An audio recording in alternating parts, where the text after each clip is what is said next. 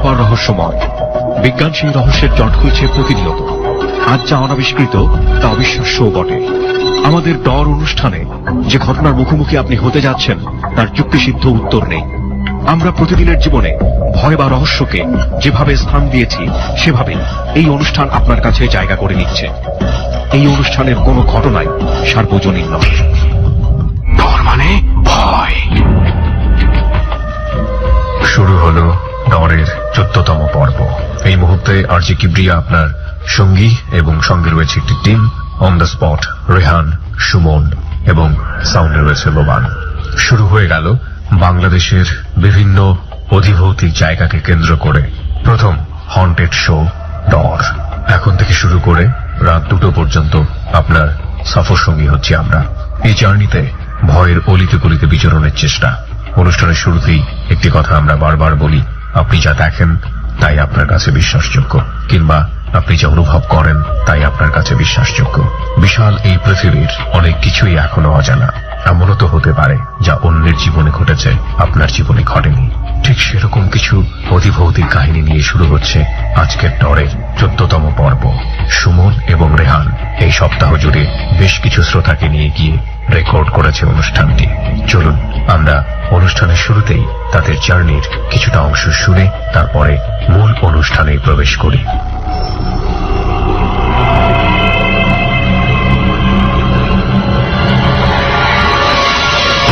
ডর মানে ভয়।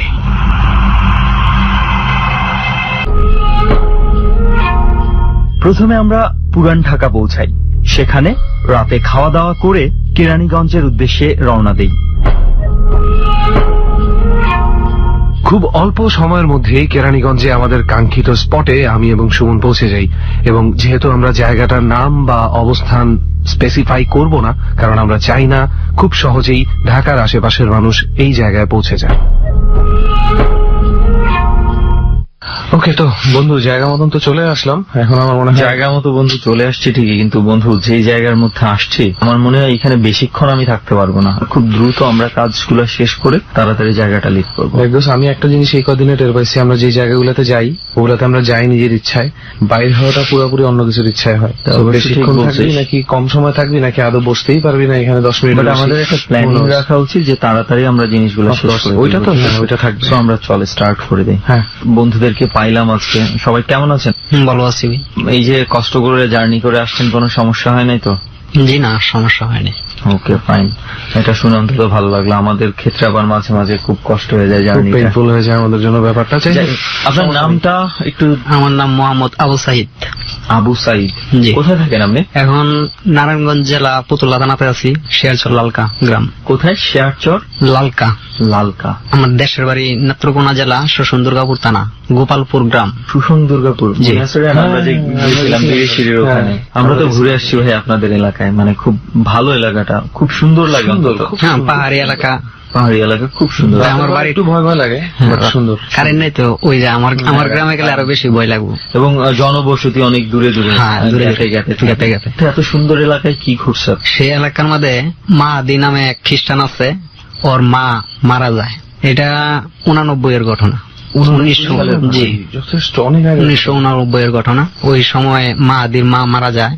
তো আমরা কি আপনার পরিচিত কেউ ছিল? হ্যাঁ, পরিচিতই। কিভাবে? তাহলে আপনাদের পরিচয়টা আগে আমরা একটু শুনি। ওই পাহাড়ে আমার বাবা এই মাহাদির সাথে কৃষি কাজ করতো আর কি, একসাথে দুজনে পার্টনারে। তারপর ওই মাহাদির মা হঠাৎ করে মারা যায়। মাহাদির মা মারা যাওয়ার পর ওরা পয়সাওয়ালা ছিল, তো অনেক লোকজন দেখতে যায়। মারা যাওয়ার পরে যারা দেখতে যায় ওরা আবার গিফট কিনে নিয়ে যায় দেখার জন্য। আচ্ছা। মরা দেখার জন্য। মানে মহিলা মরলে শাড়ি কাপড়, পুরুষ মরলে প্যান্ট শার্ট ঘড়ি, ওগুলা আর কি রেডু, ওগুলা গিফট দেয়। তো মাহাদির মা মারা যাওয়ার পরে খ্রিস্টানদেরকে মাটি দেওয়া হয় আর কি। তো মাহাদির মা মারা যাওয়ার পর অনেক জিনিস বিয়ার মধ্যে যেরকম উপহার দেয় এরকম উপহার উঠলে ওইগুলো আবার কবরের সাথে দিয়ে দেয়।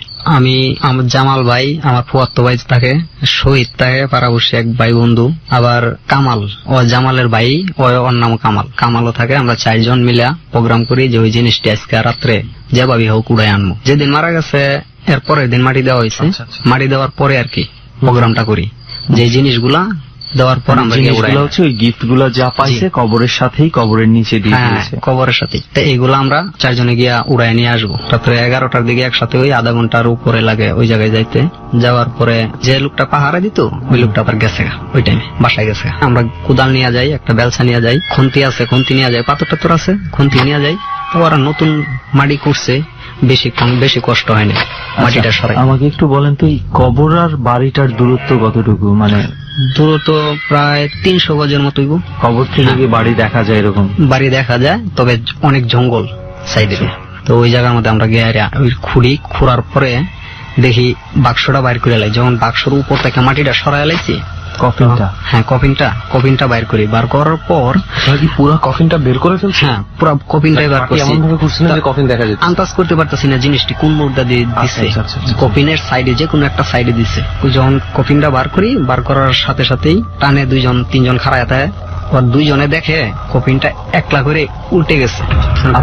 হ্যাঁ আপনি লড়ে গেছে। লড়ে যাওয়ার পর ওই উপরে যে 2 জন ছিল, 3 জন ছিল, একজন আবার একটু সাহস বেশি, ওই আমার কাছে আসছিল। আমি আবার জিনিসটি খুঁজে উড়াইতেছি। তো ওই জিনিসটা ওরা 2 জনে দেখিয়া দৌড় দিয়া আস্তে করে জায়গা থেকে চলে গেছে আপনাদের? হ্যাঁ, আমাদেরকে না বলে চলে গেছে। আমি ছিলাম ওই গর্তটার ভিতরে। তা আমি ওইদিকে কফিনটা কি হয়েছে না হয়েছে এটা আমি দেখি নাই, ওরা দেখছে। আমি ওই জিনিসটি উড়াই ওর কাছে দিতেছি। জামাল ভাই ছিল, জামাল ভাইয়ের কাছে দিতেছি। যেমন ঘড়ি, শাড়ি, ওই জিনিসটা আমি উড়াইতেছি। এই মুহূর্তে ওরা 2 জন গেছে। যাওয়ার পরে ওই যেটা সাহস আছে ও অনেক সাহস, 2 জন রয়েছে আর 2 জন গেছে। এনে আবার কবরস্থানটার উত্তর পাশ দিয়েই বিশাল বড় একটা বট গাছ আছে। আচ্ছা, মানে এই বট গাছটা ঘিরেই ওরা এই কবরস্থানটা বানাইছে। বট গাছ থেকে মোটা একটা ডাল ভেঙে নিচে পড়ে যায় হঠাৎ করে রাত্রে। কোন ঝড় তুফান নাই। পড়ে যাওয়ার পরে আমরা আবার গাছের বাড়িটা রেখে ছোট যে ডালি, ওই ডালটি আবার আমাদের শরীরে বাড়ি লাগে।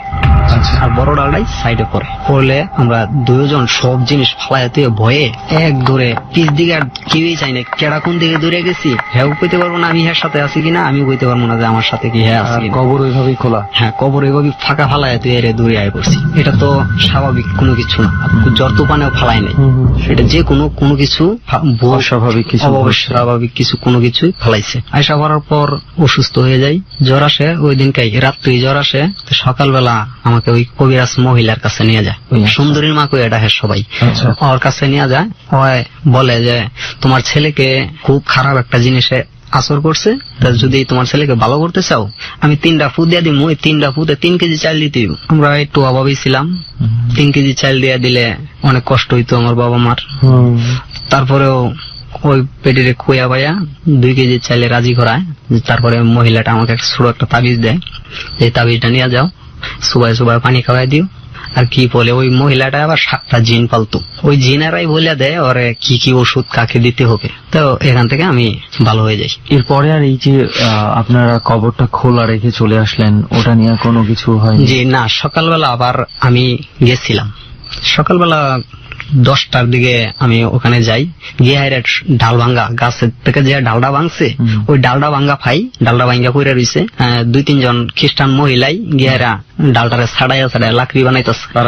ঘোরাঘুরি করছেন ওইটার ব্যাপারে? না, কবরটা বন্ধ করে লাইছে। ওকে, তার মানে ওভারঅল আপনাদের আর খুব বেশি একটা কারো কোনো তেমন সমস্যা হয়নি? না, আর কেউ সমস্যা নেই, শুধু আমারই হয়েছিল। তবে ঘটনাটা সমস্যা হোক আর না হোক, আপনারা যে কাজটা করেছিলেন এটা সম্পূর্ণই একটা মানে কি বলবো, এটা আনইথিক্যাল এবং অন্যায় কাজ। এটা খুব স্বাভাবিক, অনেক বড় ব্যাপার, একটা দুষ্টামি ছিল যে আপনারা মিলে করছিলেন। তো যেটা ওই সময় বলতেছিলাম সেটা হচ্ছে এই স্টোরিটা শুনে যেটা মনে পড়লো যে ওই রাজা বাদশাদের কথা, যাদেরকে আমরা ফারাও বলি, ইজিপশিয়ান কিংস, ওদের যে পিরামিড বানানো হতো তার ভিতরে এমনকি ওই যে দাসীদেরকেও 100-150 জনকে মেরে ভিতরে ঢুকে রাখা হইতো, যে পরবর্তী লাইফে তারা যখন আবার উঠবে তখন তাদের সাথে দাসীও থাকবে আর সম্পদ তো থাকতোই। এই জন্য ওই আমরা বিভিন্ন হলিউডের অনেক সিনেমাতেও যেটা দেখা হয় যে পিরামিডের ভেতরে অনেক ধরনের সম্পদ দেখায়, আসলে ওখান থেকেই কিন্তু এগুলার কনসেপ্ট নেয়া, যে ওইটার একটা রীতি কি এখনো চলতেছে। মানে আমার কাছে খুব অবাক লাগলো, আমি জানতাম না এটা।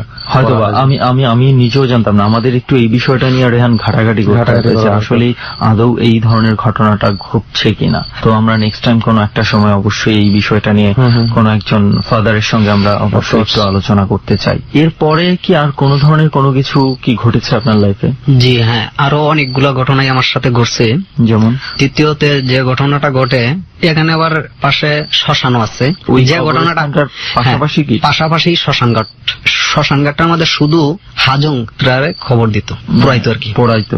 ছোট ছিলাম তো, গাছে বড় বড় গাছ, সব গজারি গাছ, গাছে আমি উঠতে পারতাম না, গাছের থেকে মরা ডাল ভাঙতে পারতাম না, যেগুলো বাতাসে বাইঙ্গা নিচে পালায় ওগুলা কুড়াইতাম আচ্ছা লাকড়ির জন্য। তারপরে চিন্তা করলাম যে ওই কয়টা লুয়ে গেলে মায় যদি মারে, ওই শ্মশান ঘাটে অনেক লাকড়ি টাকড়ি পড়ে রয়েছে, বাঁশ টাস পুড়িয়া মানে অর্ধেক অর্ধেক করে ফেলায় দিয়ে দিছে, অনেক বাঁশ পড়ে রয়েছে। তাহলে আমি ভাবলাম যে ওই বাঁশ নিয়ে আসি।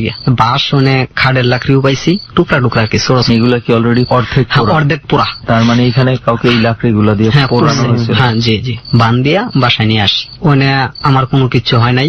বাসায় আসার পরে দিয়ে আমার জ্বর উঠে, আমার মাই কইতেছে গোসল করে আস, খাবার দিই। তো আমি গোসল করছি না, আমি বলছি না আমার খিদা লাগবে, এখন তোর ঘরে চাল বাজে দিই, তুই চাল বাজারি খা। রাগেই খাইছি। তারপরে আমার ফুয়াতো ভাই আমার বাড়িতেই ওরাও তাহে, আমার ফুয়াতো ভাইরে কই ভাই চল ফুহুরা বাড়ির জায়গা, ওখান থেকে বেড়াই আসি, অনেক ভালো মন্দ খাওয়াইবো, আমার পেটে খুব খিদা। যাচ্ছি, আসরের টাইমে বাড়ি থেকে রওনা হই। আমার ফুদের বাড়ি 20 থেকে 30 কিলোমিটার দূরে। হেঁটেই যাবেন ঠিক করছেন দুজন? হেঁটে যাবো, ওইখানে গাড়ি চলে না। আচ্ছা আচ্ছা আচ্ছা, পাহাড়ি পাহাড়ি রাস্তা। আমরা দুই ভাই হাইটে যাইতেছি, পুডিমারি বাজার পার হয়ে গেছি চারোবারা বাজারের কাছে। চারোবারা বাজারের কাছে এনে 4-5টা গুরুস্থান আছে। দুই ভাই যাওয়ার পরে আমি দেখতেছি ওই কবরটার কাছে 2টা ছোট ছোট বাচ্চা বসে রয়েছে, বসে কান্তাছে। রাত্রে 12টা বাজে এই সময়। এমন ওদের বাড়িতে যাইতে পারিনি, আরো অনেক দূরে। চানিরা ছিল, কবরের পাশে বসে কাঁদতেছে। কোনো একটা কবরের পাশে নাকি কবরস্থানের পাশে বসে? কবরস্থান 4-5টা কবরস্থান এনে, আচ্ছা আচ্ছা ওইটাও পারিবারিক কবরস্থান। তো আমি বাচ্চাটির সাথে গিয়ে কথা বলি, এই তোমরা এনে কাঁদতেছো কেন, তোমার বাসা কই? আমার সাথে কোনো কথা কয় না, কান্তি আছে বলে হাত দিয়া দরবার যায়। আমার ভাই আবার এই দিদি আমার কোথায় যায়, তুই কার সাথে আবল তাবল কথা কইতেছস? আমি বলি দেওয়াস না ভাই, 2টা ছেলে এনো কান্তাছে, বাচ্চা ছোট ছোট বাচ্চা, কোন বাড়ির থেকে না এনো পড়ে রয়েছে, চল এই বাচ্চাটির বাসা দিয়ে গে। জিজ্ঞাসা করতেছি বাচ্চাটিরে যে কোন কই যাবে তোমরা, বাচ্চাটি কোনো কথা বলে না। আমার ভাই বিশ্বাস করতেছে না যে ওই জায়গার মধ্যে এই 2টা ছেলের সাথে আমি কথা বলতেছি। দেখতেছি 2টা ছেলে খুব সুন্দর, আমার ভাই ওই ছেলেগুলোকে দেখতে পারতেছে না। বাচ্চা 2টার দিকে এমন মায়া লাগছে যে আমি বাচ্চা 2টার যে কোনো বাসাত নিয়ে দিয়ে আসবো। তো বাচ্চাগুলো আমি দরবার চাই, আমার ভাই আমরা থাপ্পড় দিয়ে এদিকে কই যেতে না কব্বর, ওই না আমি বাচ্চাটি নিয়েই যাবো। তারপর বাচ্চার কাছে যাই, বাচ্চাটার আমি ধরি, এমনি চায়া রয়েছি। তো হঠাৎ করে আমি চোখের পাতিটা মারতে পারলাম না, বাচ্চাটা ছুঁয়ে দিচ্ছি, আমি হঠাৎ করে নাই, উদা হয়ে গেছে, কোনো কিছু নাই। দেখার পর হঠাৎ করে নাই হয়ে গেছে বাচ্চাগুলো, আমি দেখলাম এখন নাই। বিশাল একটা ভয় পেয়ে গেছি আমি। ভাই আমার আগে থেকেই ভয় পেয়ে গেছে। আমি যখন আবল তাবল কইতেছি যেন বাচ্চাগুলো কিছুটা মনে টের পাচ্ছি আপনি কিছু উল্টা পাল্টা দেখতেছেন। হয় আগেই ভয় পেয়ে গেছে, হয় আমাকে আবার এন থেকে কান্দ করে নিয়ে যায়। এমন দুর্বল হয়ে যাই, মানে হাঁটতে পারতাছি না। ফুদের বাড়িতে যাই, যাওয়ার পরে তো ফুফু আমারে বাদ দেয়। তারপরে আমার আরেক ফুফু আবার রানীপুর থাকে, আমার খাওয়া ফুটার পরে শুয়ে পড়ছি। শুয়ে পড়ার পরে এমন জ্বর আমার শরীরে আসছে, অনেক জ্বর। তো আবার কোনো হসপিটাল নাই, কোনো ডাক্তারও নাই। আমার ফুফুর বাড়ির থেকে 4-5 কিলোমিটার দূরে ডাক্তার। ওই ডাক্তারের কাছে থেকে ওষুধ আনছে আমার ফুফাই গিয়ে, ওষুধ খাওয়াইছে, আমার জ্বর একটু কমে নাই। আমার ফুফু কইতেছে কয় বড় বোনের বাড়িতে লিয়ে যা, ওখানে একটা বড় একটা কবিরাজ আছে, কবিরাজ যারাইলে মানে অনেক রাত্রে আইছে, এর লেগে মনে জ্বরটা আইছে। বইটই পাইছিনি, কবিরাজের বারাত 2জনে নিয়ে যায় কুলে করিয়া। কবিরাজ আমার ধরার পরে একটা কথাই কইছে, ছেলেটারে খাওয়াইয়া তারপরে নিয়ে আসছো, আগে নিয়ে আসতে পারলা না, তোমার ছেলে এটা তো খায়া লাইছে। ওই কবিরাজে আমারে এমন বান্দা সান্দা করে দেয়, তাবিজ দেয়, কোন কাজ হয় না। 1 সপ্তাহ যায়, 1 সপ্তাহ পর আবার ওই কবিরাজদের দেখায়া আমার বাসায় নিয়ে আসে। 3 মাস এখানে অসুস্থ পড়ে থাকি, বিছনা থেকে উঠতে পারি না, দাস্ত বমি। তারপর এক হুজুর আমাদের এই গ্রামে, ইমাম সাহেব আমার কি ধোয়া টোয়া পুড়ে আমার মুখের মধ্যে ফুদে। এর পরের দিন থেকে আমি স্বাভাবিক হয়ে গেছি। মাঝে বলছিলেন যে আপনার মানে ফুফার কথা বলছিলেন যে উনি কোন একটা দুর্ঘটনায় এই ধরনের কিছু একটা, জি হ্যাঁ, সেটা কি ওই ফুফা আমাদের এখানে যারা দুর্গাপুরের আছে তারা অবশ্যই চিনতে পারবে। পাহাড়ে বড় গুফনা কইরা একটা নাম আছে, পাহাড়ের নাম আমরা বলি বড় গুফনা। আচ্ছা, এই গুফনা দিয়া দিন হোক রাত্রে হোক যে কোনো লোক যাওয়া আসা করে, তো দুইটা টাইম আছে, দুপুর 12:30টার দিকে। ওই টাইমে যদি কেউ এখান দিয়ে যায় তা তার একটু জ্বর হইলে হইব, যে কোনো একটা কিছু হবেই। ওই পাহাড়ের রাস্তা, হ্যাঁ, ওই পাহাড়ের চিবি দিয়া, মানে দুই সাইডে দুইটা পাহাড়, মাঝে দিয়া চিপা দুই পায়ে একটা রাস্তা, মানে একজন মানুষ আটটা যাইতে পারবো শুধু খালি, এরকম একটা রাস্তা। তো ওই রাস্তা দিয়া অনেক জঙ্গল চতুর্দিক দিয়া, ওই রাস্তায় আমার ফুফা যায় ভারতে, বর্ডার এলাকায়। হ্যাঁ, বর্ডার এলাকায় যায়, ইন্ডিয়া যায়, ইন্ডিয়ার থেকে গিয়ে লাকড়ি আনে, মোটা মোটা গাছ, যেটি 1 কেজি 1.5 কেজি হবে, ওটি আবার উনি একলাই নিয়ে আসতে পারতো।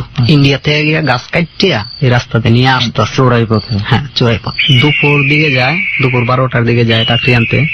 এদিনকার সন্ধ্যা 6টা-7টা বাজে, এখনো বাসায় আছে না। অন্যদিন 12টা বাজে গেলে 3টা-4টা বাজে আবার বাসায় চলে আসতো। আচ্ছা আচ্ছা। তো এদিনকার বাসায় আসতেছে না, ফুফু গিয়া বলে, আব্বারে গিয়া কয় যে ভাইয়া তোমাদের জামাই তো সন্ধ্যা হয়ে গেছে, এখনো আসে নাই। আসে নাই মনে হয় কোনো সমস্যা আছে হয়েছে, সেই জন্য দেরি করতেছে, যা আশা করবো। রাত্রে 11টা বাজে, ওই টাইমে 11টার সময় আমি আবার যাই বীর সাহেবের জন্য। অনেক জায়গার মধ্যে দোকান পাড়ে খোঁজাখুঁজি করি, তো খোঁজাখুঁজি করতে করতে পাহাড়ে যাই, যেহেতু লাকড়ি আনবার গেছে, তা আমরা পাহাড়ি যাই, এহক দিকে যাই। যেই পাহাড়টার কথা আপনি বলছিলেন যে সমস্যা হয়, জি জি, ওই পাহাড়ের রাস্তা কয়েকটাই আছে, মানে এহক রাস্তা দিয়ে এহকজন দুজন করে যাইতেছি, একলা যাইবার আবার কেউ সাহস পায় না, যে ওই রাস্তায় 2জন গেছে, ওই রাস্তায় 2জন গেছে। তো বাইরের পর ওই বড় গোপনাথ যেটা বলে, ওই বড় গোপনাথ দিয়া আমি, আমার যে ফুফার ছেলে আর আমার আব্বা, আমরা 3জন একসাথে যাই। যাওয়ার পর ওই গুফনাডার যখন সামনে যাই, যাওয়ার পরে গিয়া দিই আমার ফুফা উফুতে এমনি অর্ধেকটা মাথা নিচ দিকে পড়ে রয়েছে, একটা গর্ত আছে সাইডে, ছোট একটা গর্ত, ওই গর্তটার ভিতরে মাথাটা ঢুকে রয়েছে, আর পুরা বডিটা উপরে পড়ে রয়েছে, কাঠটা সাইডে পড়ে রয়েছে, কাঠও বিশাল বড় কাঠ সাইডে পড়ে রয়েছে। আমরা তো, আমার বাবা এবার গিয়ে হারিয়া দেখে হারিয়াই পিঠের মাধ্যমে এমনি করে থাবা দিয়া ধরার পর দিয়া পিঠের থেকে যে জামাটা ছিল, শরীরের চামড়াটা সহ জামাটার মধ্যে বাজিয়া উঠে আয়া পড়ে, জামাটা ছুটে আয়া পড়ে। 3-4 জনে ধরে দিয়ে চিৎকার দেওয়ার পরে সবাই একখানে টাচ করন যাইতেছে না, এমন ভাবে যেমন আগুন দিয়া সিদ্ধ করে দিচ্ছে। জামা কাপড়ের সাথে শরীরের চামড়া ছিলাইলে, আলু সিদ্ধ করে ছিলাইলে যেরকম উড়ে না, এরকম শরীরের চামড়াটা কাপড়ের সাথে বাজে উঠে থাকা। 3-4 জনে দৌড়াদৌড়ি করে বাড়িতে আনে, আর গোসল করাইতে পারে না, যে পুরা শরীর হয়তো গোসল করানো সম্ভব না, গোসল করাইতে পারে না, পুরাটা শরীর পুড়ে গেছে, কালো বিস্ত্রী হয়ে গেছে। আশেপাশে আপনারা গাছের আশেপাশে কোনো আগুন জ্বালানোর সাইন সিগনেচার কিছু দেখেন নাই যেখানে উনি পড়েছিল? না, এখানে কোনো কিচ্ছু না, শুধু জঙ্গল সবুজ। এমনকি যেই জায়গাটাতে আগুন লাগানো হয় জায়গাটা তো কালো হয়ে থাকে। হ্যাঁ, জায়গাটাও কালো হয়ে থাকে। তবে যা জিনিসটা, যখন জামাটা খুব কষ্ট করে খোলার পর দিয়া এরকম 5টা আঙ্গুলের ছাপ পাওয়া যায় পিঠের মাথায়, রক্ত লাল হয়ে লেগে রয়েছে, লাল দেখা যাইতেছে 5টা আঙ্গুল, হাতের 5টা আঙ্গুল যেরকম, এরকম 5টা আঙ্গুলের ছাপ দেওয়া যায় পিঠের মাথায়, মানে পিছন দিকটা এমনি থাপ্পড় দিচ্ছে, তারপর দেওয়া যাবে এমনি ভূতে করছিল, মুখটা নিচ দিকে দিয়া এই ফরাতি মনে করেন আর লড়ার মতো ক্ষমতা হয়নি। তারপর ওই লাস্ট আইনে আমরা মাড়ি টাড়ি দিই, মাড়ি দেওয়ার পরে আমার ফুফু বইতেছে, কয় ভাই তোমরা জামাইরা মনে হয় কেউ অ্যাসিড মাইরা পুড়িয়া লাইছে, পুড়িয়া মারছে। কয় রে, এই শিবির ভিতরে এই পাহাড়ের মধ্যে কেডাই অ্যাসিড মারবো, তোর জামাইয়ের তো কোনো সূত্র নাই, কে অ্যাসিড মারবো? তাছাড়া রেহান কাঠগুলো কিন্তু এখানেই ছিল। হ্যাঁ জি, কাঠগুলো কেউ চুরি করে নিয়ে গেছে, তো কাঠও এখানেই আছে, কাঠটাও সাইডে পড়ে রয়েছে। পরে কইতেছে, কয় আমরা কি কবিরাজের কাছে গিয়ে দেখবো কি হয়েছে? কবিরাজ তো কয়ে দিব যে কিভাবে কি হয়েছে, কেউ কি মারছে নাকি, মারলেও বেটি কয়ে দিব। তো মহিলার কাছে যায়, মহিলা আয়না পরীক্ষা দেয়, আয়নার ভিতরে একটা গ্লাসের মধ্যে কি বলে, ওই গ্লাসের মধ্যে সব দেখতে পায়। মহিলা যা বললো যে 2টা জিন স্বামী স্ত্রী, তোর জামাই তো অনেক ক্ষতি করবার চাইছিল, ওদেরকে মারবার গিয়ে নিজে মরছে। ওর কাছে একটা খুরহি ছিল, যেটা গাছ এতটুকু ছোট জিনিসটা 1 হাত হবে, কিন্তু বড় বড় গাছ কাটতে লাগে যায়, ওটা দিয়া ইন্ডিয়ান খুর যাকে বলে। তো ওই খুরটা মাথা মাথা যে গাছটা ছিল, ওই গাছটা থেকে হাতে নে ওদেরকে আঘাত করার জন্য। জিন পরে 2জনে এখানে মিলামিশা ছিল, ওই রাস্তাটার মধ্যে ওই দেখতে পায় 2টা ছায়া ওর সামনে দেয়ানিগুনি করতেছে, তাই ওই সাহস করে দাউডা লইয়া চাইছিল যে লোয়াটা হাতে থাকলে কিছু হবে না, ওই জিনিসটা দেখতে পারে। ওই সামনে একটু দাও দেয়া বাড়ি দেয় আর কি, সামনে দিয়ে বাড়ি দেওয়ার পর হঠাৎ করে সামনের থেকে ছায়াটা পিছন দিকে যায়, পিছন দিয়ে গিয়া পিছন দিয়ে থাপাড়া দেয়, সামনে দিয়ে আসছে না। আচ্ছা। ঘুরান মেরে পিছন দিকে যায়, পিছন দিয়ে গিয়া থাপড়া দেয়, দেওয়ার পরে তোর স্বামী এনে মারা গেছে, মরে যায়। এটা সেই কবিরাজ আয়না হ্যাঁ। পড়া দিয়ে বলেছে। কবিরাজে বলছে। রেহান মাঝে যে প্রশ্নটা আপনাকে একটু করেছিল যে যখন ওনার লাশটা পেয়েছেন হুম। এর আশেপাশের কোনো ঘাসের মধ্যে কোনো ধরনের আগুনের, না। কোনো ধরনের পুড়ে যাওয়ার, কোন ধরনের কোনো ধস্তাধস্তির ছাপ না, কোনো কিছুই ছিল না, কোনো কিছুই ছিল না, সাধারণ ভাবে পড়ে রয়েছে। Just মাথাটা মাটির ভিতরে। হ্যাঁ, একটা আছে ঘোরাঘুরি করলেও কিন্তু অনেকটি গাছের পাতা লাতা ভাঙ্গিয়া থাকে, Right, right. কিন্তু অনেক ঘোরাঘুরি করার সময় নেই, ডাইরেক্ট সরাসরি ভাবে যে পরে উহুতে পরে, এই উহুতে পড়া থেকেই। আচ্ছা রেহান, আর আমি হতে পারে। আমার কয়েকটা বিষয়ে মনে হচ্ছিল যে উনি যখন অ্যাসিডের কথা বললো, যে আমি একবার চিন্তা করেছিলাম হয়তোবা কোনো কারোর সঙ্গে যেহেতু চোরাই কাটানা হয় শত্রুতার বশত কিছু হতে পারে, বাট উনি যেটা বললো যে তার কোনো শত্রুতা বা এই ধরনের কোনো কিছু ছিল না, হয়তোবা আপনারা সেটা জানতেন। হ্যাঁ, জি। এবং তার চেয়ে বড় বিষয় হচ্ছে যে অ্যাসিড দিয়ে যদি পোড়ানো হয় আমার মনে হয় না জামা কাপড় সহ জামা কাপড়ের উপর দিয়ে ঢাললে রিয়াকশনটা অন্যরকম হবে। জামা কাপড় উপর। জামা কাপড়টা, হ্যাঁ রাইট, এটা খুব স্ট্রং একটা পয়েন্ট যে অ্যাসিড যদি শার্টের উপর দিয়ে ঢালে শার্ট পুড়ে শার্টটা যাবে। পুড়ে যেত, সেটা Right. কিন্তু আর শার্টটার কিছু হয় না। তাছাড়া হচ্ছে কেউ যদি কাউকে এইভাবে অ্যাসিড ঢালতে হয় তার আগে মিনিমাম তার একটা ধস্তাধস্তির একটা বিষয় আছে, জি, সেই ধস্তাধস্তির অনেক কোনো পার্সি চিহ্ন হবে, নেই। জঙ্গল টঙ্গল ভাঙ্গা থাকবে। এবং আসলে অ্যাবসলিউটলি এটা মানে কি বলবো Absurd, না, মানে কি absurd হয়, একটা কি বিষয়। হয়। উফ। বাট এটা ট্রু, দেখো, মানে ওই লোকটার কথা আমি চিন্তা করি যে ফার্স্ট তাকে ধরছে এবং সাথে চামড়া উঠে আসছে, ওনার জামা বাবা, সহ। ওনার আমার আমার আব্বা, বাবা first। আমার আব্বা। আর সবচেয়ে লাস্টটার যদি একটু চিন্তা করো যে লাস্টটা কি বিভৎস হইতে পারে ওই মুহূর্তে রাতের বেলা এই ধরনের বিভৎস লাশ দেখা। যাই হোক, এরকম ঘটনায় আমার দুইটা ফুফা ছিল, দুইটা ফুফাই মরছে, মারা গেছে। এটা কি ওই জায়গাতে না অন্য একটা জায়গা? অন্য একটা, এই যে আমি যে জায়গায় গেছিলাম আমার ফুফুর বাড়ি, ওই বাড়িতে, ওই বাড়ির ফুফু। আচ্ছা আচ্ছা, সেখানে বাড়ি কি হয়েছে ঘটনা? ওই আবার রাত্রে গান বাজনা করতো, ওই কবিরাজের সাথে, যে কবিরাজ আমার যাচ্ছিল, তো গান বাজনা করে রাত্রে 12টা বাজে বাসায় আসে। আসার টাইমে রাস্তার মধ্যে যেমন একটা ছড়া আছে, ছড়ার আমাদের মাজা সমান পানি, ওই পানিটা যখন একলাই এসে পড়ছে হয়, অন্যরা যার যার বাসায় গেছে, ওই নিজের বাসায় এসে পড়ছে। নিজের বাসার সাথে একটা ছড়া আছে, ওই ছড়াটা ছোট একটা নদী আর কি, মানে পাহাড়ি এলাকায় পাহাড়ের ছড়া বলা হয়। বলা হয়। যে এই ছড়াটা যখন পার হয় তো মাজা সমান ফানি, মাজা সমান, ওই ফানিটার মধ্যে যখন নামলে ওই ফানিতেই মনে করেন যে ওর গাড়ির মধ্যে ধরিয়া এই অলৌকিক ভাবে মানে গার মটকায়া দেয়, ওই ফানিতে নামার পরে দিয়ে মটকায় দিলে ওই ফানিতে বাইসা পড়ে। কারণ নগতি কোনো চিৎকার দেওয়ার সময় পায়নি। তখন কয়টা বাজে সময়? সময় রাত্র 1:30 বাজে, সারা রাত্র বাসায় আসে না। আমার ফুফু মনে করে যে মনে হয় গানি রয়েছে, তাহলে আসেনি, মনে হচ্ছে সকালে আসবে, তো সকালে আসে না যখন, আমার ফুফু আবার গরু পালতো, গরু নিয়ে ওই সরার পারে আবার ডিগরা দেয় ঘাস খাওয়ার জন্য।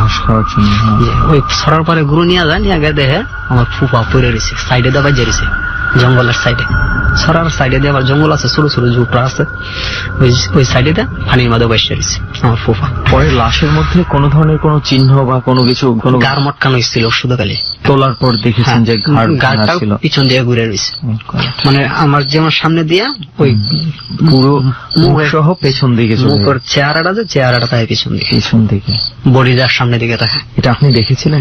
হ্যাঁ, এই লাশটাও আমি দেখছি। মর্মান্তিক আমার একটা ঘটনা। দুইটা ফুফাই এভাবে মারা গেছে। আচ্ছা, আপনার লাইফে কি আর কিছু ঘটেছে আপনার ব্যক্তিগত হ্যাঁ, জীবনে? যে আমার লাইফে আরেকটা ঘটনা, যখন 2001-এর ঘটনাটা, আমি একটি মেয়েকে ভালোবাসতাম।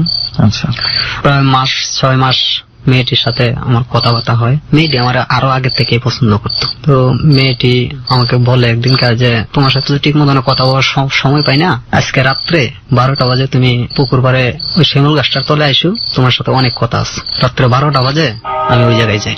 যাওয়ার পর দেখি মেয়েটি শিমুল গাছ তলে বসে রয়েছে। আমি আবার ধূমপান করি অনেক আগে থেকে, একটা সিগারেট ধরাইছি, ধরাই মেয়েটির কাছে গেছি। আমি যখন কাছে গেছি, যাও আমার তো ওই আবার বৈশা ছিল, ওইটা দাঁড়ায় গেছে। দাঁড়ায়া আমি এক কাইক আগুয়াই, ওই এক কাইক পাছায় যায়, কাছে আসে না। আমি বলতেছি যে তুমি আমারে কইলা যে আমি আসতাম, আমি তো তোমার হাত দিয়ে কইছি না যে রাত্রে 12টা তুমি আইসো, তুমি আমারে কইছো আসবার লাগে, এখন আমি আসছি তুমি যাবো কেন? ওই আমার কাছে না। 2-3 বার আমি ডাক দেওয়ার পরে কইতে সিগারেটটা ফেলাই দাও। আমি মাত্র সিগারেটটা ধরাইছি, হবে এখনো একটা নখাই নেই, তো এখনই ফেলাই দেবো আর পরে ফেলাম। সিগারেটটা নিয়ে আমি কাছে যাই, ওই সরিয়া জায়গা, ওই আমার কাছে আসে না, খালি আমার বলতেছে যে সিগারেটটা ফেলাই দাও। হঠাৎ করে কইতেছে না হাত মুখ ধুমু। ঠিক আছে, তো পুকুরের গাটলা দিয়ে নামো, তো ওই হাত মুখ ধুইতেছে, আমিও নামি। যে ওই যখন দইতেছে যাক আমিও দই। ওখানে গেছি, যাওয়ার পরে ওই আবার পানিতে নেমে উঠছে আমার দিকে, কিন্তু কোনো পানি লড়তেছে না, এত আস্তে আস্তে যেমন লাগতেছে ওই আগাইতেছে, একটু পানি লড়ে না, কোনো ঢেউ বা কোনো ঢেউ কোনো কিছু হইতেছে না। ওই গায়ে মাজা পানির মধ্যে নেমে গেছে গা। নেমে যাইলেও আমি দেখতেছি ওই পানির উপরেই খেলা রয়েছে। খিরি এনে আমি সকালবেলা গোসল করছি যে এত পানি এই জায়গার মধ্যে, আর ওর দিয়ে যে আডু পানি হয় না। ও যখন নিচে নামছে, আমি নিচে পানি নামাইছি, আডুর পানির মধ্যে যখন পাউডার নামাইছি, নামানোর পর এতটুক নিচে হয়ে গেছে গা আমার আডু। আচ্ছা, আর ওই দিয়ে পানির উপরে পরেই দাঁড়ানো। আমার ভয় লেগে গেছে গা, যে ওটা তো হয় না, আমার প্রেমিকা না, তো অন্য কিছু। ভয় লাগলে আমি আস্তে আস্তে আবার সিঁড়ির উপরে উঠে যাই, পুকুরের পারে যাই নিচের দিকে। পরে ওই আমার ডাক্তার আছে, ভাই কিসে তুমি আমার নামে উঠে গেলে, আমি তুমি কাছে আসো না, এরকম যখন কইতেছি ওই আমার ডাক দেয়, কয় তুমি আসো, হাত ধরতেছি। তা আমি যখন আবার পুকুরেই ওই যখন আমার কাছে আইতাছে না, তখন আমি থাপাড় দিয়ে আবার ধরবার চাইছিলাম। ধরবার যখন চাই তখন আমি ধরতে পারি না। যখন থাপাটা দিছি, থাপাটা দিতেই অনেকটা মাঝে গেছে গা। যাওয়ার পরে আমি দৌড় দিয়ে উঠছি উপরে, উঠতে আরে হেদের বাসাতে গেছি, আবার প্রেমিকার বাসাতে গেছি দৌড় দিয়া। এই পুকুরের পাশে বাসা, যেন আবার আমার একটা বন্ধু ছিল, বাসায় গিয়ে তমাল নামের আমার এক বন্ধু আছে, পরে ডাক দিয়ে উড়েছি। পরে কইছে এই ও মুখের নামে একটা ফোন দিত নাম্বারে, ওই ফোন দিছে। ফোন দেওয়ার পর আমার প্রেমিকার বাবাই ধরছে। হের আবার চাচা কয়, চাচা ও কি ঘরে আছে? কইতাছে হ, তো সন্ধ্যার সময় থেকে ঘরে। আর বাইরে সন্ধ্যার সময় কোন শয়তানের সাথে জানি কথা কইবার চাইছিল, লেগা ওরে লাগাই না হতাইছি। ওনারা চেকে রাখছে যে সে বের হতে না পারে, এটা তারপর কনফার্ম যে সে আর বাসা থেকে বাইর হয় না। বাইর হয় নাই, হ্যাঁ জি। ওই বাইর হয় নাই সন্ধ্যার সময় থেকে। আমি কার সাথে কথা কইলাম, আয় তো তোরে লুয়ে গিয়ে দিই, তো আমরা দুইজন আবার যাই।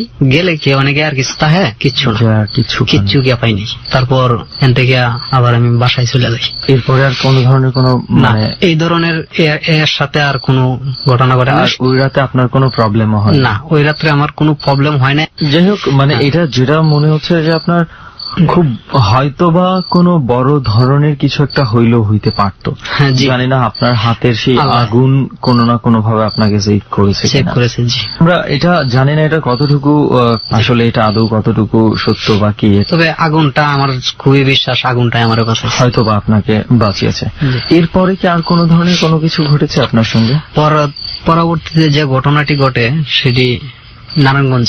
আচ্ছা, ওখান থেকে আপনি তখন নারায়ণগঞ্জে চলে আসছেন? হ্যাঁ, যে আমি তো যে এলাকাটা আমাদের ঢুকছি, ওই এলাকাটাই পুরাটাই জার্জির কবরস্থান ছিল। এখন রুম বাসা ভাড়া দেওয়ার জন্য সমস্ত কবর টবর ভাঙ্গিয়া সব পাইলিং করে বিল্ডিং উড়ায় উড়ায় ভাড়া দিতেছে। গুরুস্থান ছিল, গুরুস্থানও ভাঙ্গিয়া এরা বাসা করছে। আমি যে লালখা গ্রামটার মধ্যে থাকি, 10 থেকে 12টা বিল্ডিং এর কাজ আমি নিজেই করেছি। রাজমিস্ত্রি রাজমিস্ত্রি। আচ্ছা, কবর ভাঙ্গে এই বিল্ডিং টি করা হয়েছে।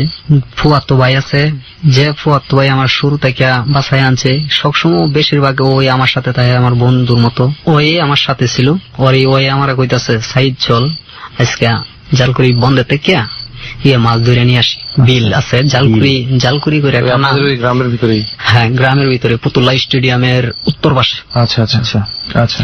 মানে 10টার দিকে আমি যাই, আমার ভাই যায়, আরো একজন আসিল, 3 জন আমরা এন থেকে গেছি। গিয়ে যখন জাল খাওয়াইতেছি, মানে কন্যা জাল পুকুরে জাল ছুঁড়ে মারতে হয়, পেঁচায়া হাতের কুনিতে ইয়ে করে। আমরা আবার পেঁচায় আমার মুখ কথানি জায়গা লইব, 2 জন 2 মাথা ধইরা মানে টান দিই।